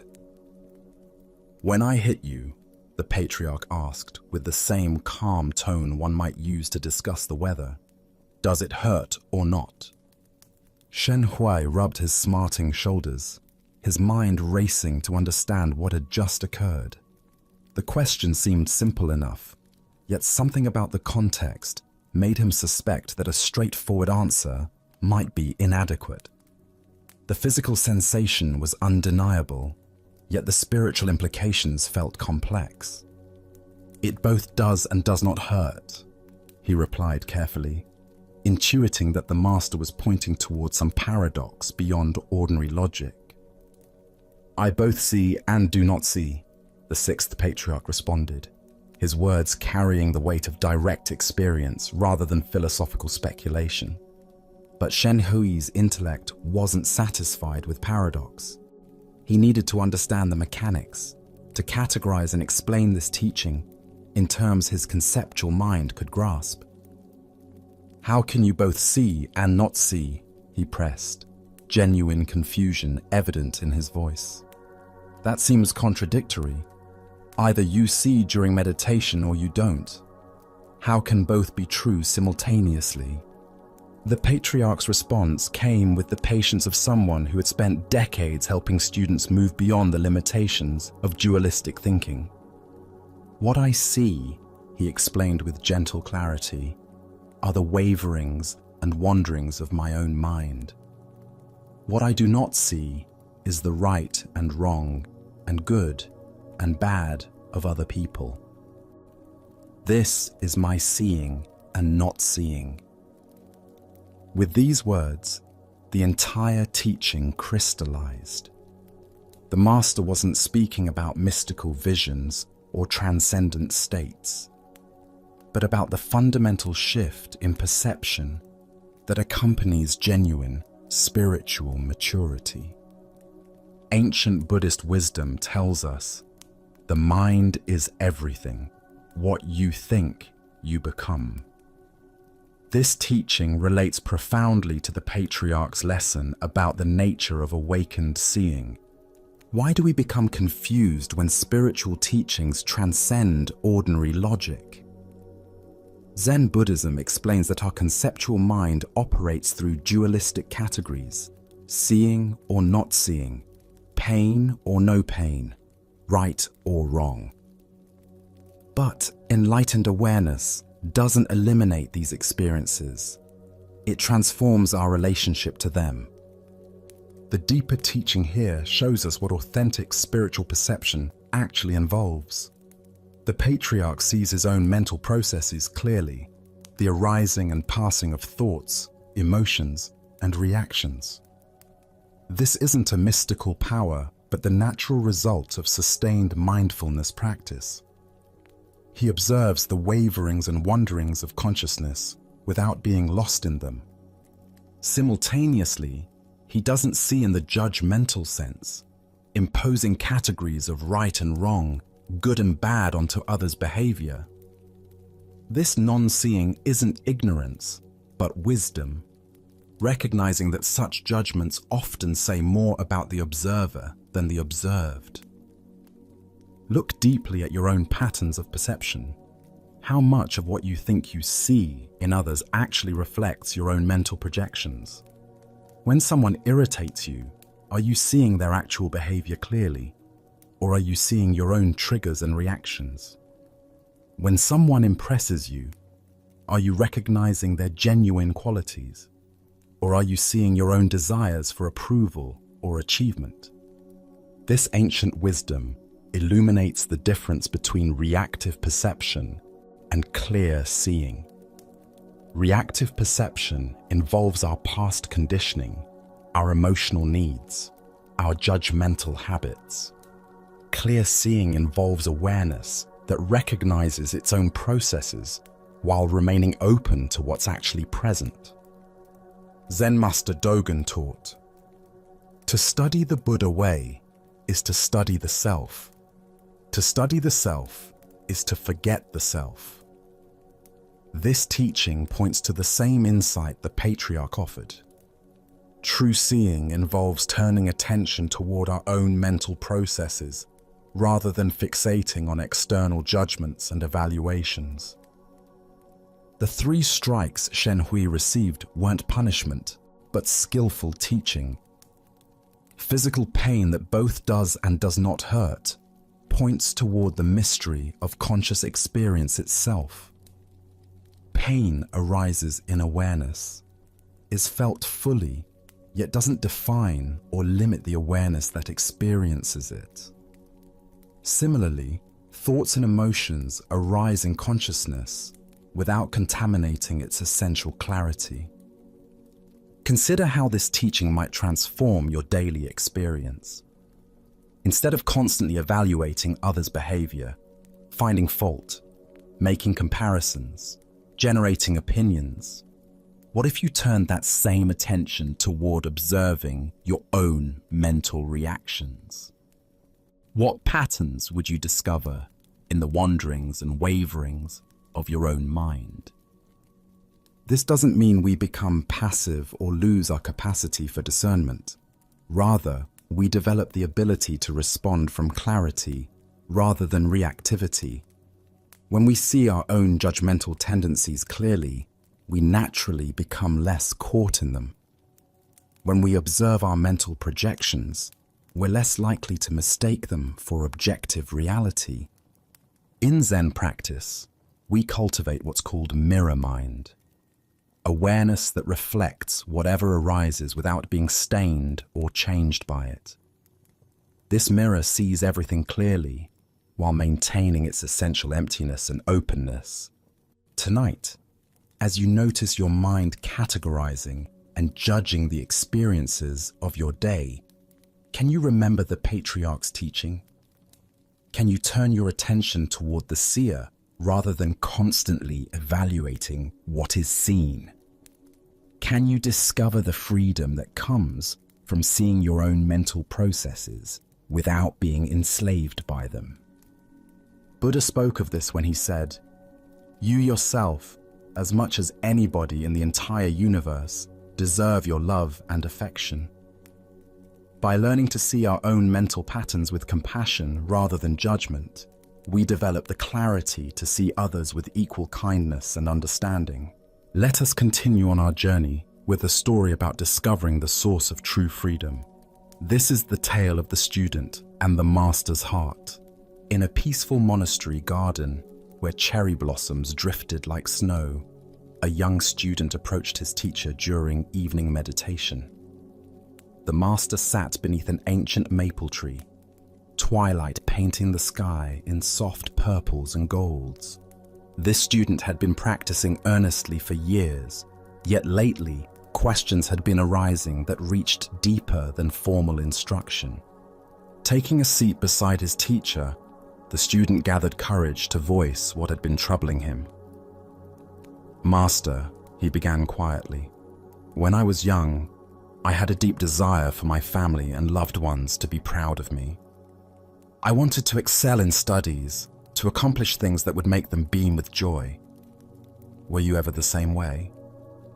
The master turned his gentle gaze toward the student, seeing in the young man's eyes the same earnest longing that had once driven his own seeking. After contemplative silence, he replied simply, "Yes, I was very much the same." The student felt relief at this admission. "Why did you desire their pride so intensely?" he asked. "What was driving that need for approval?" The master smiled with tender recognition. "I wanted them to feel they had more reason to love and accept me," he said thoughtfully. "If I could make them proud, surely their love would be secure and abundant. But the reason I desired this went even deeper." The student leaned closer, sensing they were approaching something essential. "I sought their love so desperately," the master continued, "because I, in turn, would feel I had sufficient reason to love and accept myself. I was seeking permission from others to feel good about who I was. Their approval would be evidence of my worthiness, even to myself. That was what lay at the root of all my striving." The master paused, watching the first stars appear. "But then one day, I awakened to a revolutionary possibility. I realized I could ask myself a different question. What if I could bypass all external validation and simply learn to love and accept myself unconditionally? What if I didn't require anyone else's approval to feel genuinely good about my existence?" The student felt something shift in his chest as these words settled. "I imagined what it would be like if my happiness no longer depended on outer circumstances, on whether people approved or disapproved of my choices. What if my sense of worth could be as constant as my own heartbeat, independent of any external validation?" The student could feel his teacher's words pointing toward a freedom he had never considered. "And that realization began your quest for self-realization?" "Exactly," the master nodded. That was when my true spiritual journey began, not with seeking something outside myself, but with discovering what was already complete within. After contemplative silence, the student asked, "And did you never again desire their pride? Did that longing completely disappear?" The master chuckled softly. "Oh, my ego certainly continued to desire approval. Conditioned patterns don't vanish overnight, but something fundamental had shifted in my relationship to those desires. I no longer completely identified with my ego as I had before." He gestured toward the darkening garden, where fireflies had begun their dance.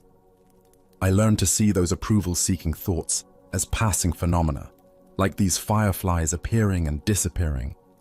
I could observe them with interest and compassion, but I no longer gave them power to determine my worth." "So you still cared what others thought?" the student asked. "I respected their opinions and honored their perspectives," the master replied. "But I no longer gave them so much weight. Their approval became like weather, sometimes pleasant, sometimes not, but no longer the determining factor in whether I felt at peace with myself." The master's face radiated quiet joy. "And never had I felt so free as when I finally released myself in this way. It was like discovering I had been carrying invisible chains for decades, and suddenly they fell away. The love I had been seeking outside was revealed to have been within me all along."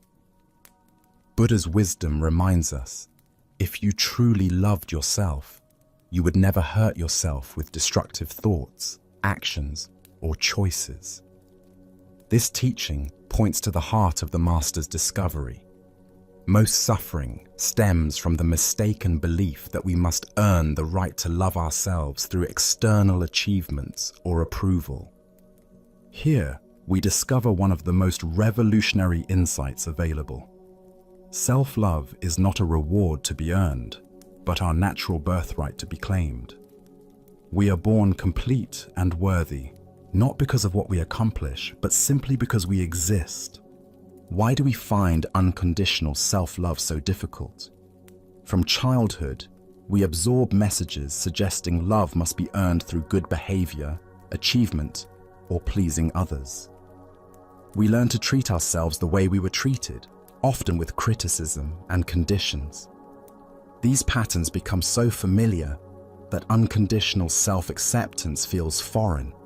Our culture intensifies this conditioning by promoting the myth that happiness comes from external sources. Each message reinforces the delusion that we are incomplete as we are. Consider how much mental energy goes toward managing others' opinions.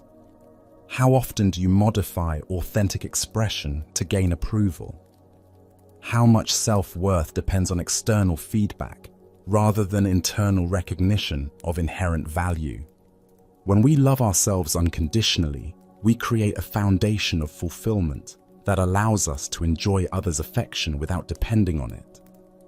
We can receive compliments with gratitude rather than desperate hunger, and handle criticism without devastation, because our core worth remains untouched. The Buddha said, "You can search throughout the entire universe for someone more deserving of your love and affection than you are yourself, and that person is not to be found anywhere.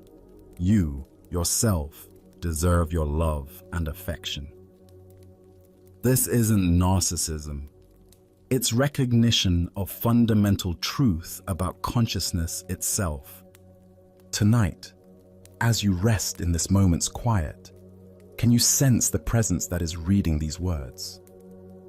This awareness that knows your thoughts and witnesses your experiences is not improved or diminished by anything that happens. It remains constant and clear, like space itself. What would it be like to treat this aware presence with the tenderness it deserves? Perhaps you could offer yourself the same patience you'd give a beloved child learning, or the same compassion you'd feel for a friend in difficulties. As the Buddha taught, hatred is never appeased by hatred. By non-hatred alone is hatred appeased. Self-criticism is never healed by more self-criticism.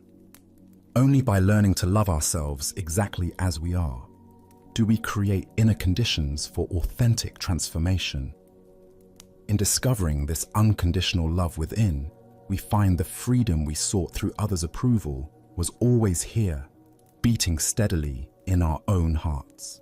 Let us continue our journey with a story about the transformative power of fearlessness and unconditional compassion. This is the tale of the thief and the Zen master.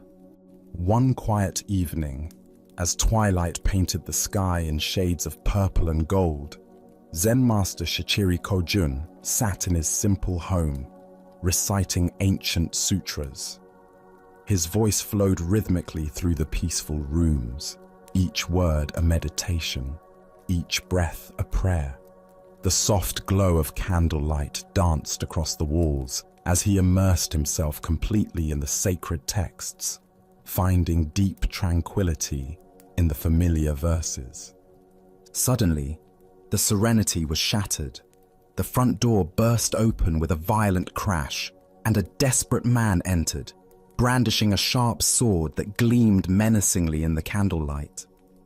His eyes were wild with desperation, his clothes dirty and torn, his breathing heavy from running. He had clearly chosen this isolated house because he believed it would be an easy target. A peaceful monk would offer no resistance. "Money or your life?" the thief demanded, his voice trembling with a mixture of fear and aggression. He expected the old man to cower, to plead, to scramble frantically for whatever valuables he might have hidden away. But Shichiri didn't even look up from his sutra book.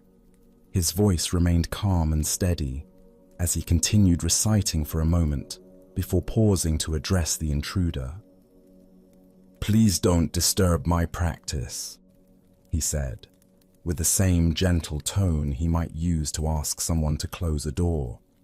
"If you need money, help yourself. It's in that drawer over there." He gestured casually toward a simple wooden chest, then immediately returned to his recitation as if nothing unusual had occurred. The thief stood frozen, his sword still raised, completely bewildered. In all his years of stealing, he had never encountered such a reaction. No fear, no pleading, no anger, just matter-of-fact helpfulness, as if he were a neighbor who had stopped by to borrow something. Shaking his head in confusion, but proceeding with his business, the thief moved to the indicated drawer and began gathering the coins and small valuables he found there. The soft sound of the master's voice continued behind him, reciting sacred words as peacefully as if he were alone. Just as the thief was preparing to leave with his stolen goods, the master's voice called out again. "Wait," Shichiri said, finally looking up from his book. "Please don't take everything. I need some of that money to pay my taxes tomorrow. Leave a little for me, won't you?" The thief stared at him in amazement. Here was a man who was being robbed, calmly negotiating the terms of his own robbery, as if they were conducting normal business. Almost without thinking, the thief returned some of the money to the drawer. As he turned to leave, certain that this strange encounter was finally over, the master's voice stopped him once more. "You took my money," Shichiri called out, his tone carrying a note of reproach. "And you didn't even thank me. That's quite rude, don't you think?" This final comment left the thief completely speechless. His sword hand began to shake. Never in his most violent encounters had he been so thoroughly unnerved. Here was a man who treated robbery as if it were a favor, who was more concerned about politeness than personal safety. Thank you," the thief stammered, and then fled into the night as quickly as his legs would carry him. Later, when the thief was caught and confessed to numerous crimes, including the incident at Shichiri's house, the master was called as a witness. The court officials expected him to demand justice, to describe the terror and violation he had experienced. Instead, Shichiri spoke with the same calm clarity he had shown that evening. "This man did not steal anything from me," he testified. "I gave him the money freely. He even thanked me for it, though it took a little reminding." The thief, sitting in chains, felt something break open in his chest as he heard these words. This man had not only shown him extraordinary kindness in the moment of the crime, but was now protecting him from the consequences. For the first time in years, tears came to his eyes. Not tears of self-pity or anger, but tears of recognition. He had encountered something he had never experienced before: love without conditions. Upon his release from prison, the former thief sought out the master and begged to become his student. Under Shichiri's patient guidance, he learned to cultivate the same fearless compassion he had witnessed that night.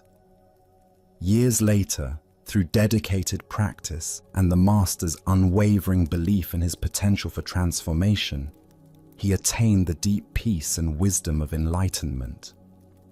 As the Buddha observed, hatred does not cease by hatred, but only by love. This is the eternal rule. What emerges from this story is the revolutionary power of meeting violence with absolute peace, responding to taking with giving, and answering fear with love.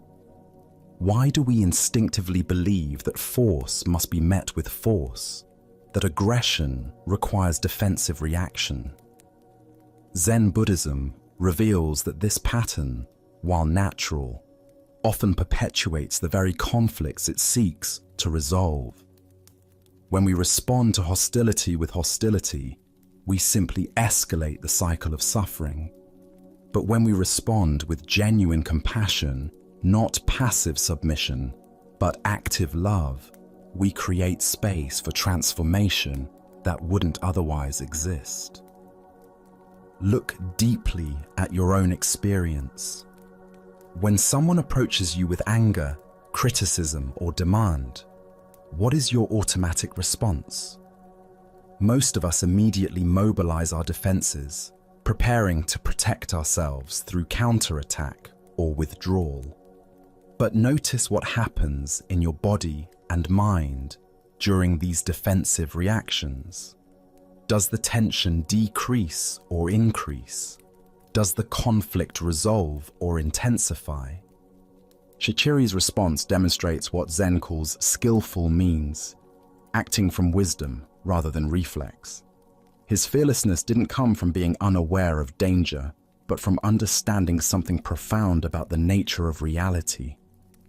He recognized that the thief's aggression arose from desperation and suffering, not from inherent evil.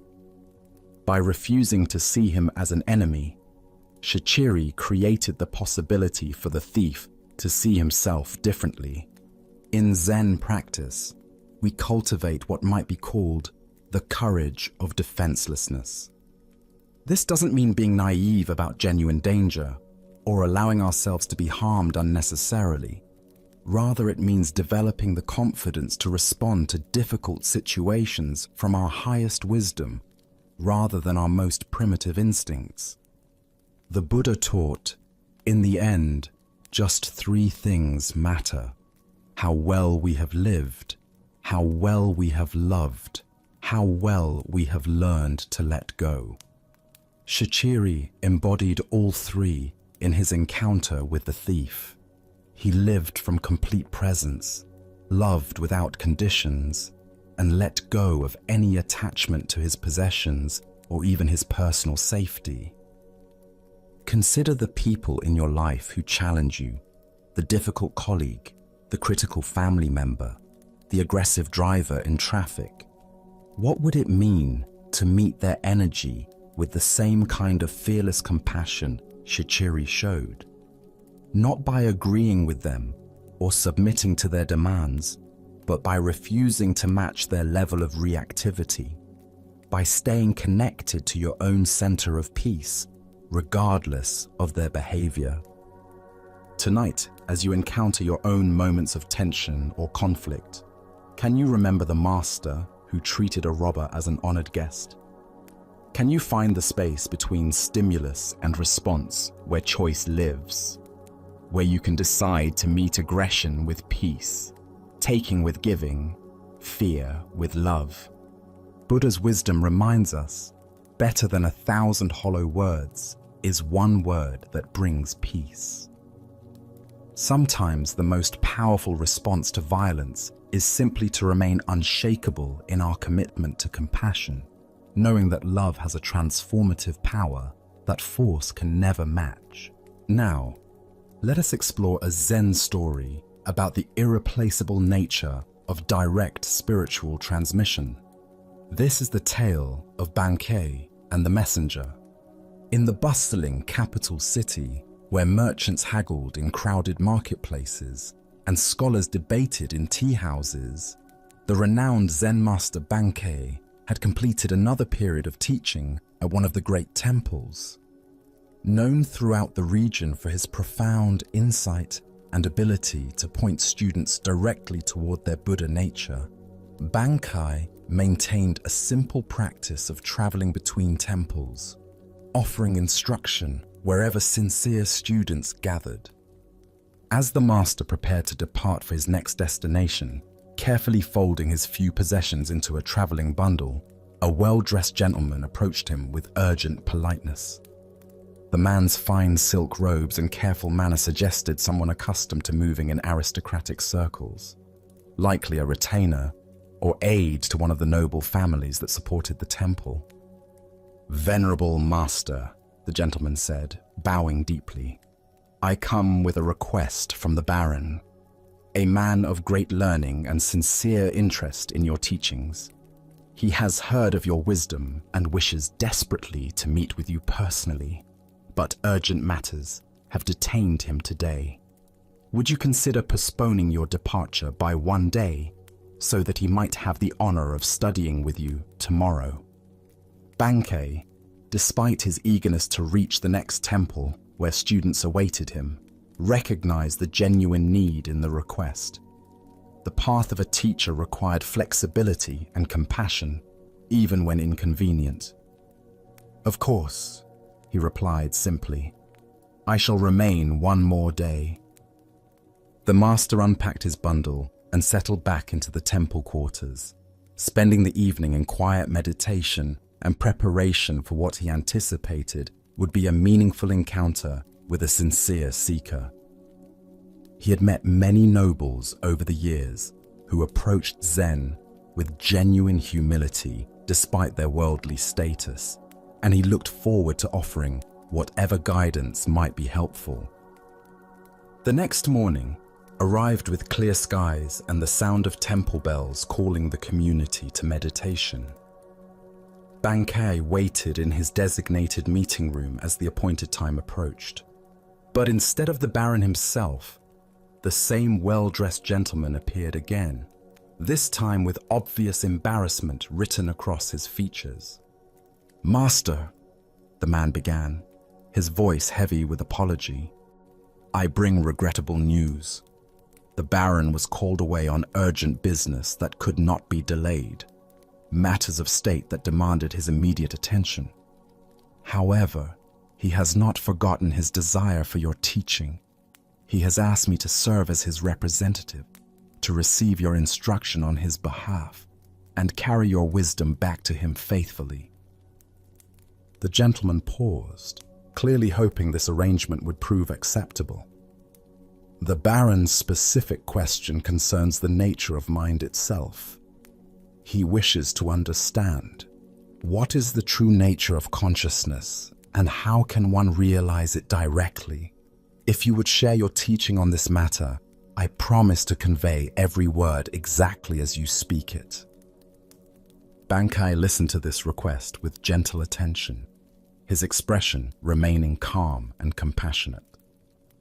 When the gentleman finished speaking, the master sat quietly for a moment, as if considering not just the question, but the entire situation, the absent seeker, the well-intentioned messenger, and the profound impossibility of what was being asked. Finally, Bankai spoke with characteristic simplicity and directness. This matter of Zen is difficult to convey even through direct question and answer between teacher and student meeting face to face.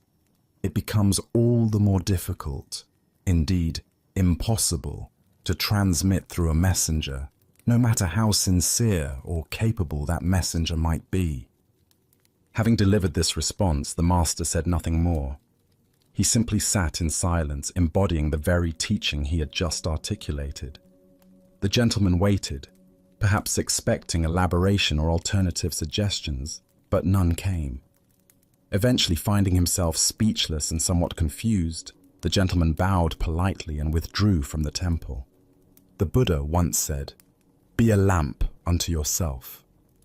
This profound truth reveals itself in Bankai's gentle but firm refusal to reduce Zen wisdom to a message that could be carried by proxy. Spiritual awakening cannot be transmitted second-hand because it is not information, but transformation. Why do we often approach spiritual learning as if it were academic knowledge that can be collected and conveyed through intermediaries? Zen Buddhism teaches that awakening is not a concept to be understood, but a reality to be directly experienced. Like the taste of water to someone who is thirsty, it cannot be adequately described. It must be experienced firsthand. The Baron's question about the nature of consciousness reveals our typical approach to spiritual inquiry. We want to understand awareness intellectually, to grasp it conceptually, to possess it as knowledge. But consciousness cannot be made into an object of study because it is the very subject doing the studying. It's like trying to see your own eyes without a mirror. The seeing itself is what you are trying to see.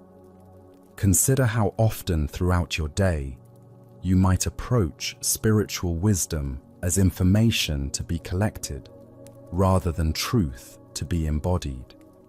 We read books about meditation instead of meditating. We study descriptions of enlightenment instead of investigating our present experience. We seek answers about the nature of mind instead of directly examining what we call mind right now. Zen Master Dogen taught, "To study the Buddha way is to study the self. To study the self is to forget the self." This paradox points to the heart of why spiritual transmission requires direct engagement. The self that wants to understand Buddhism intellectually is the very construction that must be seen through. This seeing through happens not through accumulating knowledge, but through intimate investigation of immediate experience. The messenger in the story represents our own tendency to approach awakening indirectly. We want to understand consciousness from a safe distance, maintaining the illusion that we are separate observers studying an object called awareness. But awareness is what we are, not what we have. It cannot be possessed, understood, or transmitted because we are expressions of it. Bankai's silence after his brief explanation was itself a teaching. In Zen, silence often conveys what words cannot. The gaps between thoughts, the space between breaths, the awareness in which all experiences arise. These cannot be captured in language, but can be directly recognized when we stop trying to grasp them conceptually. This doesn't mean spiritual teaching is impossible or that teachers serve no purpose. Rather, it means that authentic teaching points students toward their own direct experience, rather than providing second-hand descriptions of someone else's realization. The teacher's role is not to deliver enlightenment, but to create conditions where students might recognize what they already are. Tonight, as you experience the simple fact of being conscious, aware of these words, aware of your body, aware of the space in which thoughts and sensations appear, can you investigate this awareness directly rather than through concepts? Can you be present to your experience rather than trying to understand it through someone else's descriptions? As the Buddha taught, work out your own salvation with diligence. The path to freedom cannot be walked by proxy. It requires your own feet, your own breath, your own willingness to look directly at what you have always been but perhaps never clearly seen. Let us now turn to a tale of a young monk who believed he had failed in his spiritual journey.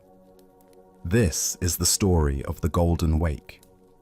At a peaceful monastery overlooking a serene mountain lake, a young student sat dejected on the temple steps as the sun began its descent toward the water. His shoulders sagged with the weight of disappointment, and his eyes reflected the heaviness in his heart. For months, he had struggled with his studies, unable to grasp the profound teachings that seemed to come so naturally to his fellow monks. "The boat is coming to take me home because I have failed in my studies here at the monastery," he said to his teacher, who had quietly approached and sat beside him. "What can I say to my family? They sent me here with such hope, believing I would return as a learned monk who could guide others on the path." The old teacher gazed out at the lake, where a small wooden boat was making its way slowly across the still water. The setting sun painted everything in shades of gold and amber. "Say that you did your best, and that is as much as anyone can do," he answered gently, his voice carrying the wisdom of many years. "But I wanted to be a famous monk and teach others," the boy replied, his voice thick with disappointment. "I dreamed of leading meditation sessions, of having students seek my guidance, of making a real difference in the world." "You can," the teacher said simply. "How?" asked the sad boy, looking at his teacher with confusion. "I couldn't even memorize the basic sutras. I fell asleep during meditation. I failed at everything that matters." The teacher smiled and pointed toward the water. "Live from your heart. I will show you. Do you see that boat making its way across the lake with the sun setting behind it?" "Yes," the boy replied, following his teacher's gaze. "Do you see its wake spreading across the lake? See how the boat looks like the apex of a golden triangle as the wake fans out from its bow?" The boy squinted, trying to see what his teacher described. "Sort of." "Squint," said the teacher patiently. "That boat is you as you leave the monastery. The lake is your life. The wake is the effect that you will have on the world. Each ripple triggers another ripple, which triggers another. By constantly striving to live as wise and loving a life as you can teach the path of love to everyone you meet simply by being yourself. A few of these people will pass on your good example to others. Thus, the expanding golden wake of good works begets other good works. Most important, notice how each ripple catches the sun and bounces its light back to heaven."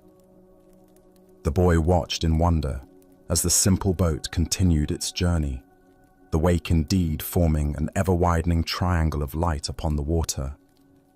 Each small wave caught the golden sunlight and reflected it back toward the sky in countless sparkling points. "Would you come home with me and explain all of this to my father?" asked the boy, hope beginning to kindle in his voice. Buddha's wisdom reminds us, a candle loses nothing by lighting another candle.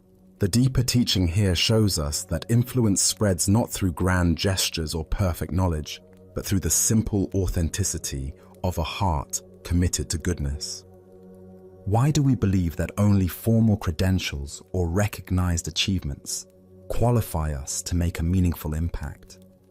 Zen Buddhism points to our attachment to external validation and our misunderstanding of how wisdom actually transmits from person to person.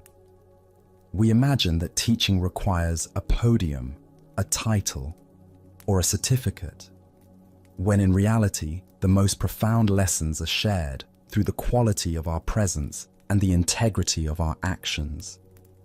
Consider how often throughout your day you encounter people who touch your life not through their expertise, but through their kindness, their patience, or their simple human warmth. The grocery store clerk who greets you with genuine care, the stranger who offers directions with a smile, the friend who listens without judgment. These people create ripples that extend far beyond their awareness. In Zen practice, we cultivate what might be called unconscious teaching. This is the natural transmission that occurs when we align our actions with our deepest values. Like the boat on the lake, we may not see our wake, but it spreads inevitably behind us, touching shores we never knew existed. The Buddha said, "Thousands of candles can be lighted from a single candle, and the life of the candle will not be shortened." Happiness never decreases by being shared. Each moment of authentic living becomes a teaching. Each act of compassion creates ripples. Each choice to respond with wisdom rather than reactivity sends light back toward heaven. Tonight, as you reflect on your own journey, can you see the golden wake you're already creating? Perhaps it's in the patience you show a difficult family member, the encouragement you offer a struggling colleague, or the simple presence you bring to everyday encounters. The light you reflect may be illuminating paths you've never imagined. Let us now turn to a story about the deceptive nature of appearances and the masks we wear in seeking acceptance. This is the tale of the hungry abbot and the generous robe. In a bustling merchant quarter of an ancient Chinese city, where silk traders and wealthy families built elaborate houses behind high walls, there lived a man whose prosperity was known throughout the region. His mansion boasted carved jade doorways, courtyards filled with exotic birds, and servants who attended to every detail of daily life. This man took great pride in his position and was particular about maintaining his reputation among other prominent citizens. One morning, as autumn rain fell steadily on the cobblestone streets, a figure approached his ornate front gate. The visitor was a Zen abbot from a mountain monastery, but he appeared as nothing more than a beggar. His simple brown robes were patched and worn thin from years of use. His sandals were cracked and muddy from walking mountain paths, and his wooden begging bowl showed the stains and scratches of countless meals received in charity. The abbot stood quietly at the gate, rain dripping from his shaved head, and waited with the patient dignity that comes from years of spiritual practice. When the gatekeeper finally noticed him, the man's expression immediately showed disdain. "What do you want, beggar?" the gatekeeper asked harshly, not bothering to bow or show any respect. "This is the house of an important man. We have no scraps for wanderers." "I am traveling and seeking alms," the abbot replied gently. "Perhaps your master would offer a simple meal to a monk." The gatekeeper looked him up and down with obvious contempt. These ragged clothes, this worn appearance. Clearly this was just another vagrant trying to take advantage of his master's household. "Be gone," he commanded. "My master does not waste food on beggars. Seek your charity elsewhere." The abbot accepted this rejection without anger or argument. He simply bowed, turned, and walked back into the rain, his empty bowl tucked beneath his arm. Several hours later, as the afternoon sun broke through the clouds, the same figure returned to the same gate. But now everything had changed. The abbot wore his formal ceremonial robes, rich golden silk embroidered with intricate patterns, a magnificent purple sash across his shoulders, and prayer beads carved from precious wood. His bearing remained humble, but his appearance now spoke unmistakably of high spiritual rank and monastery wealth. This time, when the gatekeeper saw him approaching, his entire demeanor transformed. "Welcome, honored master," he exclaimed, bowing deeply. Please enter. My master will be so pleased to receive such a distinguished visitor." The rich man himself hurried out to greet the abbot personally, offering elaborate bows and flowery words of welcome. "Venerable sir, what an honor for our humble household. You must join us for our finest meal. Please allow us to serve you." They ushered the abbot into their most elegant dining room, where servants quickly prepared a sumptuous feast. Delicate fish, perfectly seasoned vegetables, fragrant rice, and sweet desserts filled the low table.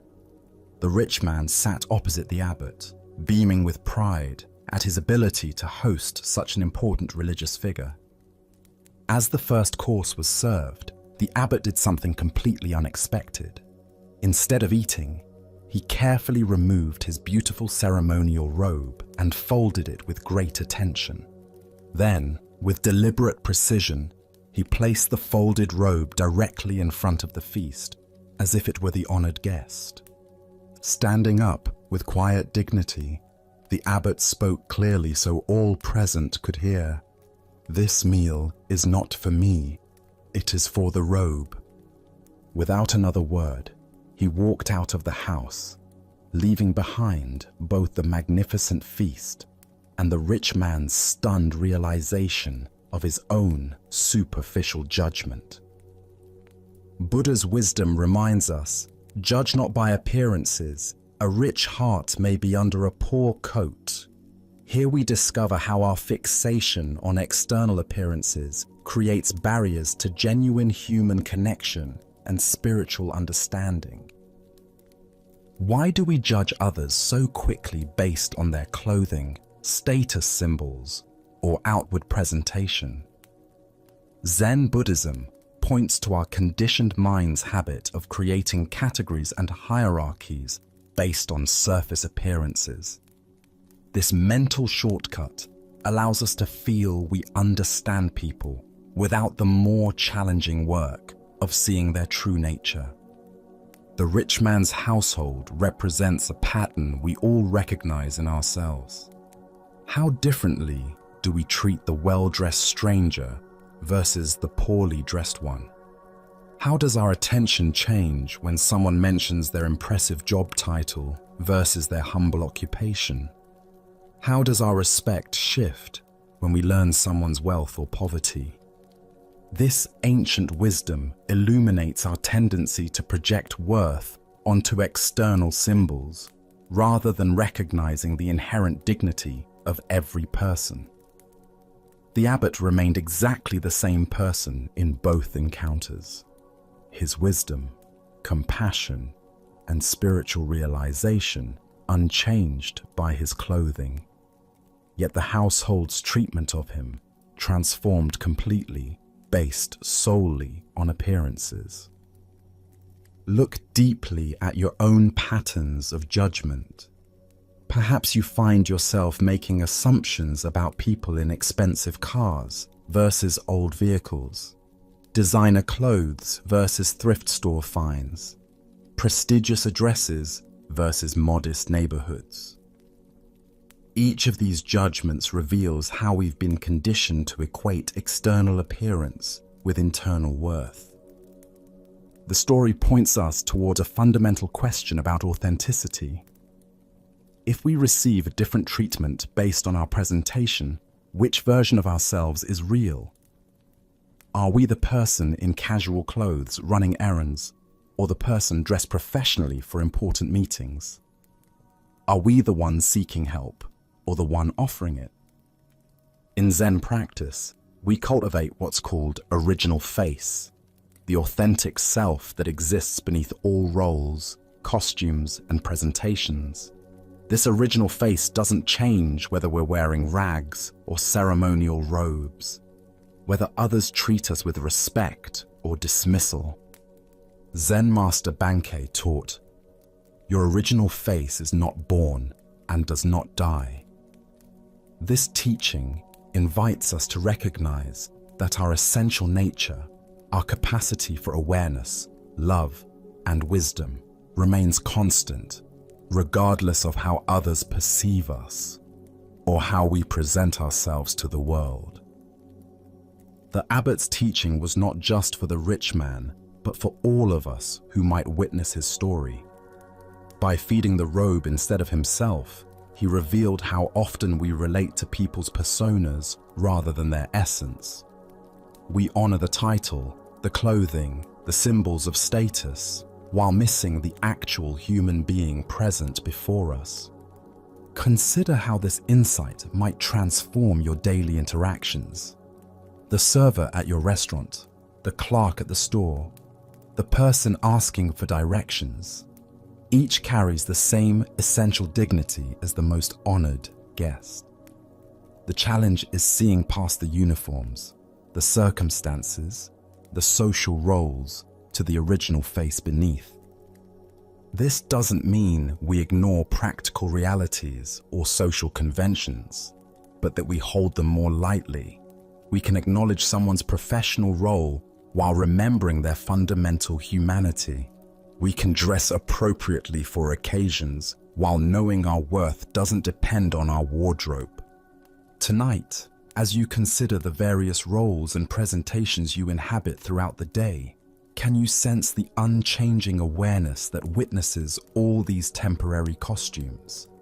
Can you feel the original face that remains constant, whether others see you as important or invisible? The Buddha said, "Better than 1,000 hollow words is one word that brings peace." The abbot's silent gesture spoke more powerfully than lengthy sermons about equality and compassion.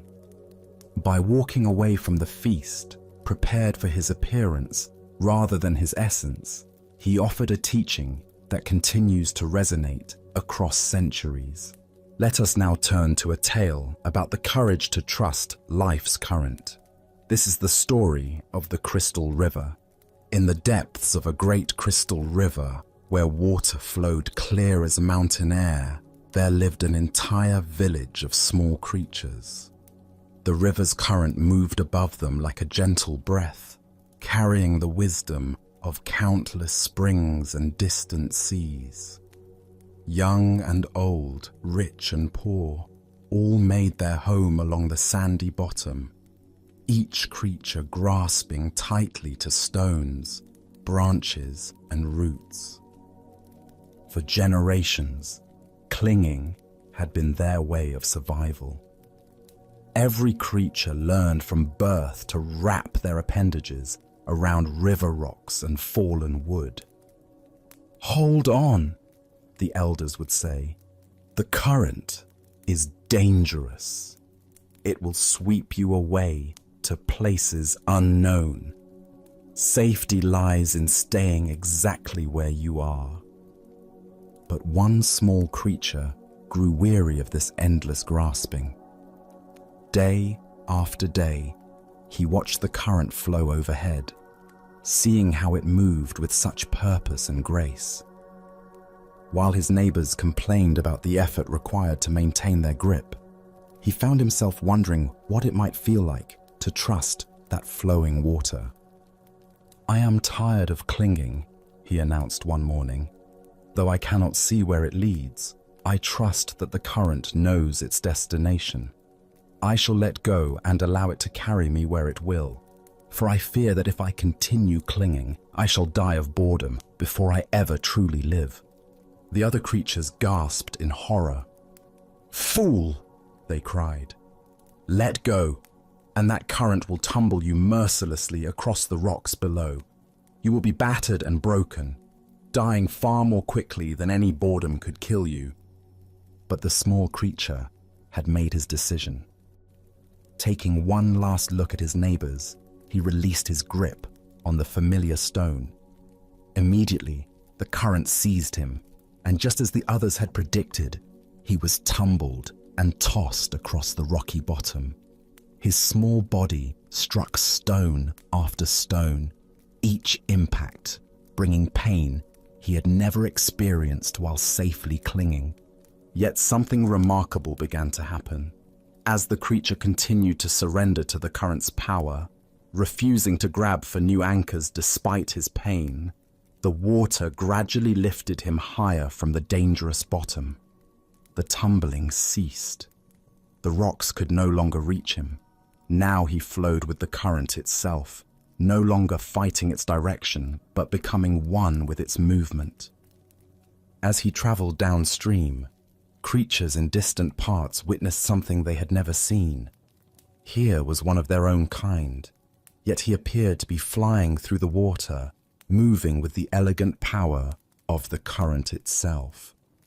"See a miracle!" they called out. "A creature like ourselves, yet he soars. Surely he is the Messiah, come to save us all." The flowing creature heard their cries and felt compassion for their misunderstanding. "I am no more Messiah than any of you," he called back. "The river delights in lifting us all free, if only we dare to let go. Our true work is not clinging to the bottom, but embracing this voyage, this grand adventure of trust and flow." But the creatures only cried louder, "Savior, Savior!" Even as they spoke, they tightened their grips on rocks and roots. They watched until he disappeared around a bend, then began weaving legends about the miraculous Savior who had briefly graced their village. Buddha's wisdom reminds us, you only lose what you cling to. This ancient teaching illuminates the profound paradox at the heart of human experience. We spend our lives grasping for security and control, believing that our safety depends on holding tight to familiar circumstances. Yet in this very grasping, we create the suffering we seek to avoid. Why do we cling so desperately when the current offers to carry us toward unknown adventures? Zen Buddhism reveals that from early childhood, we learn the known is safe and the unknown dangerous. This conditioning becomes a spiritual obstacle when it prevents growth beyond familiar limitations. We also suffer from the illusion of control, believing that by grasping circumstances, relationships, and identities, we can stop the natural flow of change. This creates enormous tension because it puts us in opposition to reality itself. Life is constant movement, and when we resist this truth, we exhaust ourselves fighting currents far more powerful than our individual will. Consider the areas of your life where you find yourself clinging. Perhaps it's a relationship that has outgrown its original form, a career that no longer brings joy, or an image of yourself that now constrains your growth. The current of change will flow whether we resist it or not. Our choice is whether to exhaust ourselves in futile opposition or discover the grace available in conscious surrender. The Buddha said, "Nothing is permanent except change." Water doesn't fight the mountainside. It finds the natural pathway down. When we learn to move with life's current rather than against it, we discover effortless effectiveness that rigid resistance can never achieve. Tonight, as you rest in this moment's stillness, what might you be ready to release? Perhaps it's a worry about tomorrow's challenges, a resentment from yesterday's disappointments, or a way of defining yourself that has grown too small? Can you feel into the current of this moment's aliveness and trust its direction? As the Buddha taught, let go of what has passed. Let go of what may come. Let go of what is happening now. Relax right now and rest. In this trust, we discover that the current we feared would destroy us is actually the very force that can carry us home to our true nature. Now let us explore a story about the power of belief and the destiny we create through faith itself. This is the tale of the general and the coin that revealed truth. A Japanese general faced an impossible situation. His army was greatly outnumbered by enemy forces. The terrain favored his opponents, and by every conventional measure of military strategy, the coming battle should result in devastating defeat. Yet something deep within him remained convinced that victory was possible. Perhaps it was intuition, perhaps it was desperate hope, but he felt certain that his cause was just, and his troops, though fewer in number, possessed a fighting spirit that could overcome the odds. The problem was his soldiers. They could count as well as he could, and they had eyes to see the massive force arrayed against them. Fear rippled through their ranks like a contagion. Doubt clouded their faces. Whispered conversations filled with pessimism spread through the camp, and the general could sense that their morale was crumbling before the battle had even begun. He knew that an army convinced of its own defeat would indeed be defeated, regardless of any other factors. Technical skill, superior weapons, even numerical advantage means nothing when soldiers have already surrendered in their hearts. But an army that truly believed in its victory could accomplish seemingly impossible things through the sheer force of that conviction. On the morning of the battle, as they marched toward their destiny, the general led his troops to a small religious shrine that stood beside the road. This was a place where countless warriors had stopped over the centuries to pray before facing uncertain fate. The general gathered his men around him and led them in earnest prayer, asking for divine blessing and protection in the coming fight. When the prayers were finished, the general reached into his pocket and withdrew a simple coin. He held it high so that every soldier could see it clearly. "My brothers," he called out, his voice carrying across the assembled ranks. "We have prayed, and now we will let heaven itself reveal our destiny. I will toss this coin into the air. If it lands heads, we are fated to win this battle. If it lands tails, we are destined to lose. Let us discover what the gods have decided for us." The soldiers pressed closer, their breathing shallow with anticipation. Everything seemed to depend on this single moment, this one flip of metal spinning through the morning air.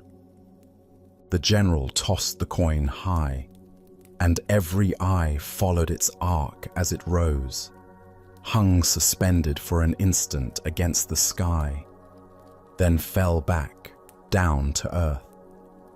The coin landed and lay still in the dust. It was heads. A cheer erupted from the troops that could probably be heard for miles. Soldiers who had been grim and fearful moments before now laughed with joy and embraced each other with renewed confidence. The gods had spoken. Victory was assured. Their cause was blessed by heaven itself. Filled with this divine confidence, the soldiers attacked their enemies with such fierce determination and coordinated power that they achieved exactly what the coin had predicted. Against all odds, they won a decisive victory, routing forces much larger than their own and securing a triumph that would be remembered for generations.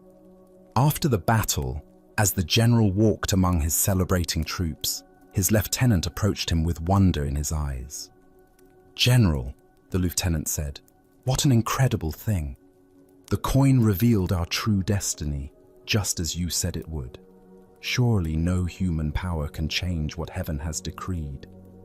You are absolutely right, the general replied with a knowing smile. He reached into his pocket and withdrew the coin, holding it so his lieutenant could examine it closely. No one can change destiny. The lieutenant looked at the coin and gasped. Both sides showed heads. The Buddha once said, "All that we are is the result of what we have thought.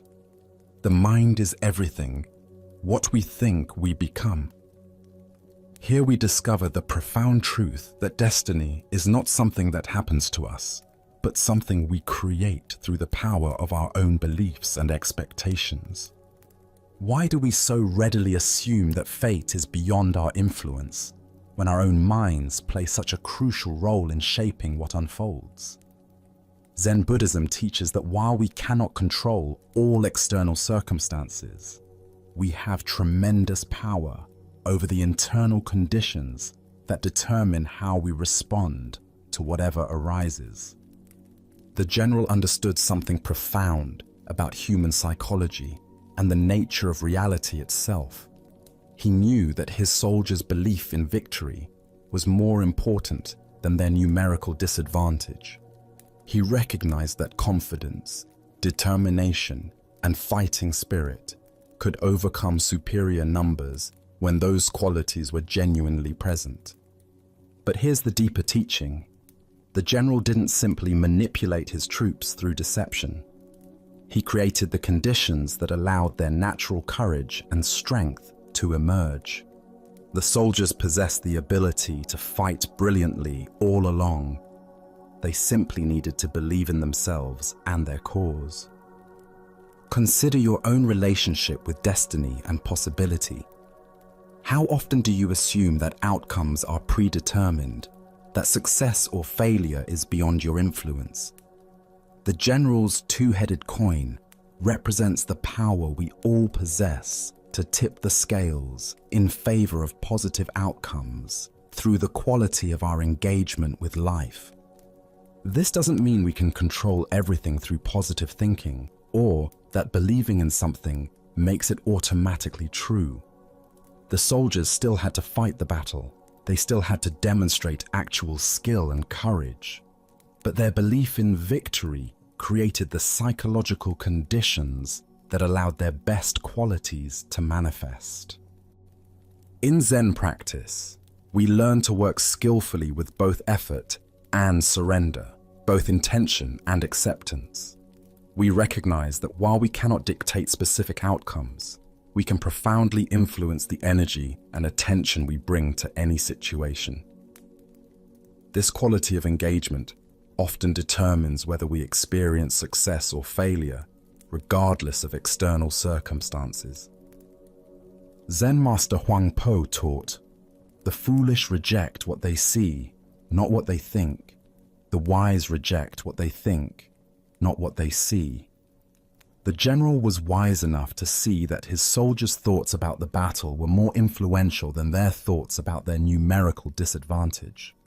He worked with the reality of psychology rather than fighting against it. Look deeply at the various challenges and opportunities in your own life. Where might you be carrying a tails mentality, assuming defeat before you fully engaged, focusing on obstacles rather than possibilities, letting fear determine your level of effort? And where might you need to create your own two-headed coin, a practice or perspective that consistently orients you toward positive engagement regardless of circumstances? The Buddha taught, "We are what we think. All that we are arises with our thoughts. With our thoughts, we make the world." This isn't magical thinking, but recognition of the creative power of consciousness itself. When we approach situations with genuine confidence, clarity, and commitment, we often discover capabilities we didn't know we possessed. Tonight, as you consider the battles you're facing and the outcomes you're hoping for, can you find your own version of the general's wisdom?